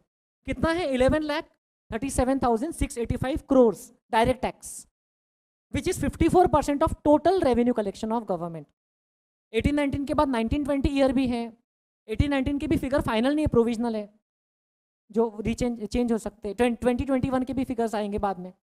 तो ये आप ट्रेंड देखो कितना रैपिडली इंक्रीज हो रहा है। कहाँ 20 साल पहले 68,000 और अभी 11 lakh. Just calculate percentage, just लिखो 68,000 डिवाइडेड बाय 11 लाख, परसेंटेज निकालो सिर्फ 6 point something, 6 point some percent. कितना कम है, मतलब तब जितना टैक्स कलेक्ट होता था आज का वो 6% के बराबर है। मतलब जस्ट इमेजिन कितने बड़े लेवल से ग्रो हुई इकोनॉमी। और even tax collection, tax compliances, आगे और मैं आपको कुछ फिगर्स दिखाता हूँ। एंड 18-19 के बाद और 2 साल निकल चुके हैं आज जब हम बात कर रहे हैं। 2021 भी फाइनेंशियल ईयर खत्म होने में आ रहा है। सो इंस्पाइट ऑफ लॉकडाउन देखना इस बार के नंबर्स बड़े बड़े रहेंगे, इंस्पाइट ऑफ लॉकडाउन। और ये है number of persons filing income tax return. ये टाइप ऑफ पर्सन होता है। एओपी मतलब एसोसिएशन ऑफ पर्सन, बीओआई मतलब बॉडी ऑफ इंडिविजुअल, ये सब के बारे में हम लोग पढ़ेंगे। कंपनी आप पहचानते होंगे, आपने थोड़ा बहुत फाउंडेशन में पढ़ा है कंपनी लॉ। फर्म मतलब पार्टनरशिप फर्म, ये भी पढ़ा है आपने जी। इनकम टैक्स में फर्म और एलएलपी को एक साथ काउंट किया जाता है, एलएलपी भी पढ़ा है आपने। गवर्नमेंट, एचयूएफ मतलब हिंदू अनडिवाइडेड फैमिली, एजेपी मतलब आर्टिफिशियल ज्यूरिडिकल पर्सन, नीचे सब दिया है उन्होंने full form. Local authority, individual and AOP trust वाला। अब इसमें भी आप देखो number of person for filing, absolute numbers हैं। ये लोग टैक्स भर रहे हैं ऐसा नहीं है, हु आर फाइलिंग रिटर्न। बहुत सारे लोग तो जीरो टैक्स वाला रिटर्न भरते हैं ना। देखो इधर 2013-14 में 3,31,00,000 रिटर्न्स फाइल हुए थे, अभी 6,33,00,000 रिटर्न फाइल हुए हैं, ऑलमोस्ट डबल। अभी मतलब 18-19 में। और अभी इस बार फाइनेंस मिनिस्टर ने जो स्पीच में बोला, इट वाज ऑलमोस्ट 6.7 या 6.8 करोड़, मतलब 6,80,00,000, बढ़ते ही जा रहा है वो figure. So you know that number of actual tax payers are less. ये तो रिटर्न फाइलर है। बहुत सारे लोग रिटर्न फाइल करते हैं लेकिन एक्चुअल टैक्स पे नहीं करते हैं। बहुत सारे लोग रिटर्न फाइल नहीं करते लेकिन एक्चुअल टैक्स पे करते हैं। कैसे? टीडीएस कटता है उनका। आपने अगर बैंक में डिपॉजिट किया तो इंटरेस्ट मिलते वक्त आपका टैक्स कट जाता है। आप रिटर्न फाइल नहीं भी किए तो भी आपके नाम से तो टैक्स जमा हो गया है। इसलिए देखो number of actual tax pairs, ये जो स्क्रीन है ये पूरी फाइल आपको दूंगा मैं, बड़ी फाइल है, आराम से देखना। It is 8,45,00,000 in a country where population is more than 138 crore. Again percentage निकालो तो वेरी पॉल्ट्री परसेंटेज। इतने से लोग इतने बड़ी पॉपुलेशन का बर्डन जो है वो बेयर कर रहे हैं। विच काइंड ऑफ स्टेट आप बताओ। अब ये देखो, ये उसका डिटेल, ये उसका डिटेल सिर्फ इंडिविजुअल कैटेगरी का मैं आपको बता रहा हूं। इंडिविजुअल लोग जो है जिन्होंने टैक्स भरा है, कितना टैक्स किसने भरा टोटल रिटर्न्स के हिसाब से। देखो रिटर्न का डेटा इधर है। Number of return filer in individual categories 5,95,00,000। उसको यहाँ से मैच करो, या 5,52 लाख का कुछ ब्रेकअप है, कुछ रीजन से कुछ काउंटिंग में नहीं आए होंगे, जो भी है ऑफिशियल डेटा है। उसमें से 0 रुपीज का टैक्स भरने वाले 2,23,00,000 लोग हैं। पूरा का पूरा शून्य, आज शून्य की कविता सुना ना आपने, पूरा का पूरा शून्य टैक्स भरा इन लोगों ने। फिर 1.5 लाख रुपए से कम टैक्स भरने वाले 2,94,00,000 लोग हैं। मतलब ये दोनों मिलाकर के कितने हो गए देखो, 2.23 प्लस 2.94, इतना करो, 2.23 प्लस 2.94, 5.17। मतलब 5,52,00,000 में से तो यही है, डिवाइडेड बाय 5.52%। 94% लोग 1.5 लाख से कम टैक्स भरते हैं, 94% लोग इंडिविजुअल्स। बाकी देखो टैक्स का अमाउंट बढ़ते जाएगा और नंबर ऑफ पीपल ड्रास्टिकली कम होते जाएगा। आप खुद देख सकते हैं आगे आगे आगे आगे। ये टैक्स का अमाउंट है, इनकम का अमाउंट नहीं है।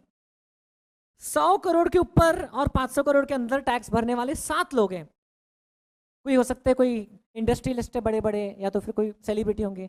7 लोग हैं, उनको आइडेंटिफाई करना कोई बड़ी बात नहीं। Once upon a time Akshay Kumar was the highest tax payer. Okay, government ने ऐसे लोगों को ऑनर करना चाहिए क्योंकि आप इतना टैक्स भर रहे हो। 500 करोड़ के ऊपर भरने वाला टैक्स कोई नहीं है, इंडिविजुअल में, कंपनीज में है।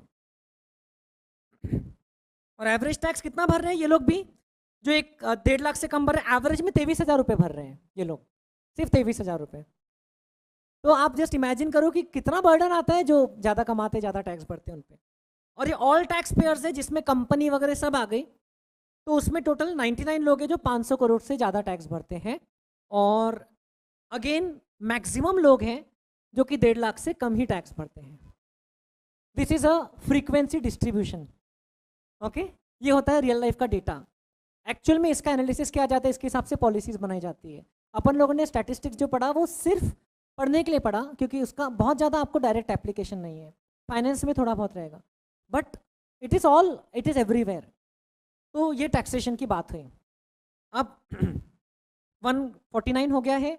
मैं चाहता था आप लोगों से बहुत कुछ मैं एक्सट्रैक्ट करवाऊँ, लेकिन अनफॉर्चुनेटली मैं अपने फ्लो में निकल गया, अपनी स्लाइड्स दिखाना शुरू कर दिया। But believe me friends, you will have a great time. I am sure I will have a great time with you. I am really looking forward to it. Let's hope corona का वापस से कोई crisis ना आ जाए। 1-2 दिन पहले थोड़ी सी news चलना शुरू हो गई थी उड़ते उड़ते, तो let's hope we will take precautions. हम लोग ध्यान से रहेंगे, मुझसे 2 गज दूरी बना के रखो, क्योंकि मुझे अगर कोविड हो गया तो आप लोगों की टैक्स हॉलीडे हो जाएगा आप लोगों का। मैं फिर घर से पढ़ाऊँगा। और आप लोग प्लीज़ कंफर्टेबल रहो। आई होप पहली क्लास में मैंने आपको पकड़ के बोर नहीं कर दिया। ओके, और जो भी मैंने आपको बताया वो सब आपको याद भी नहीं करना, एग्जाम में भी नहीं पूछेंगे। कल से हम लोग प्रॉपर एग्जैक्टली एक एक चीज़ जो है आपके सिलेबस की पढ़ना शुरू कर देंगे। आप लोगों को भी कुछ पूछना है पूछ सकते हो।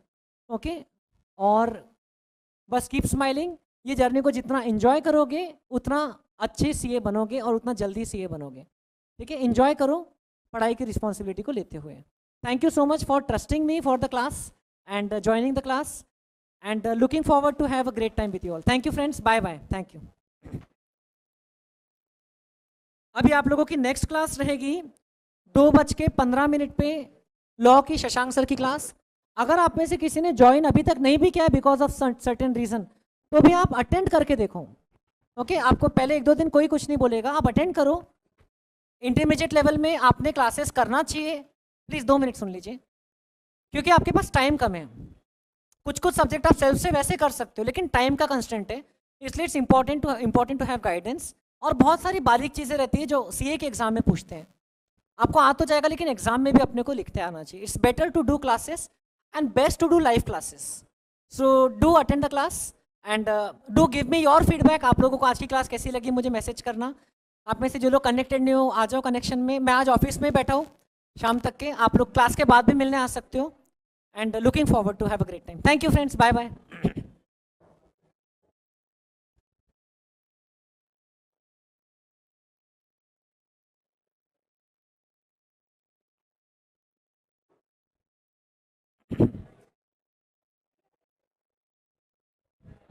आप लोग ब्रेक ले सकते हो, अभी ब्रेक ले लो, थोड़ा सा रिलैक्स हो जाओ।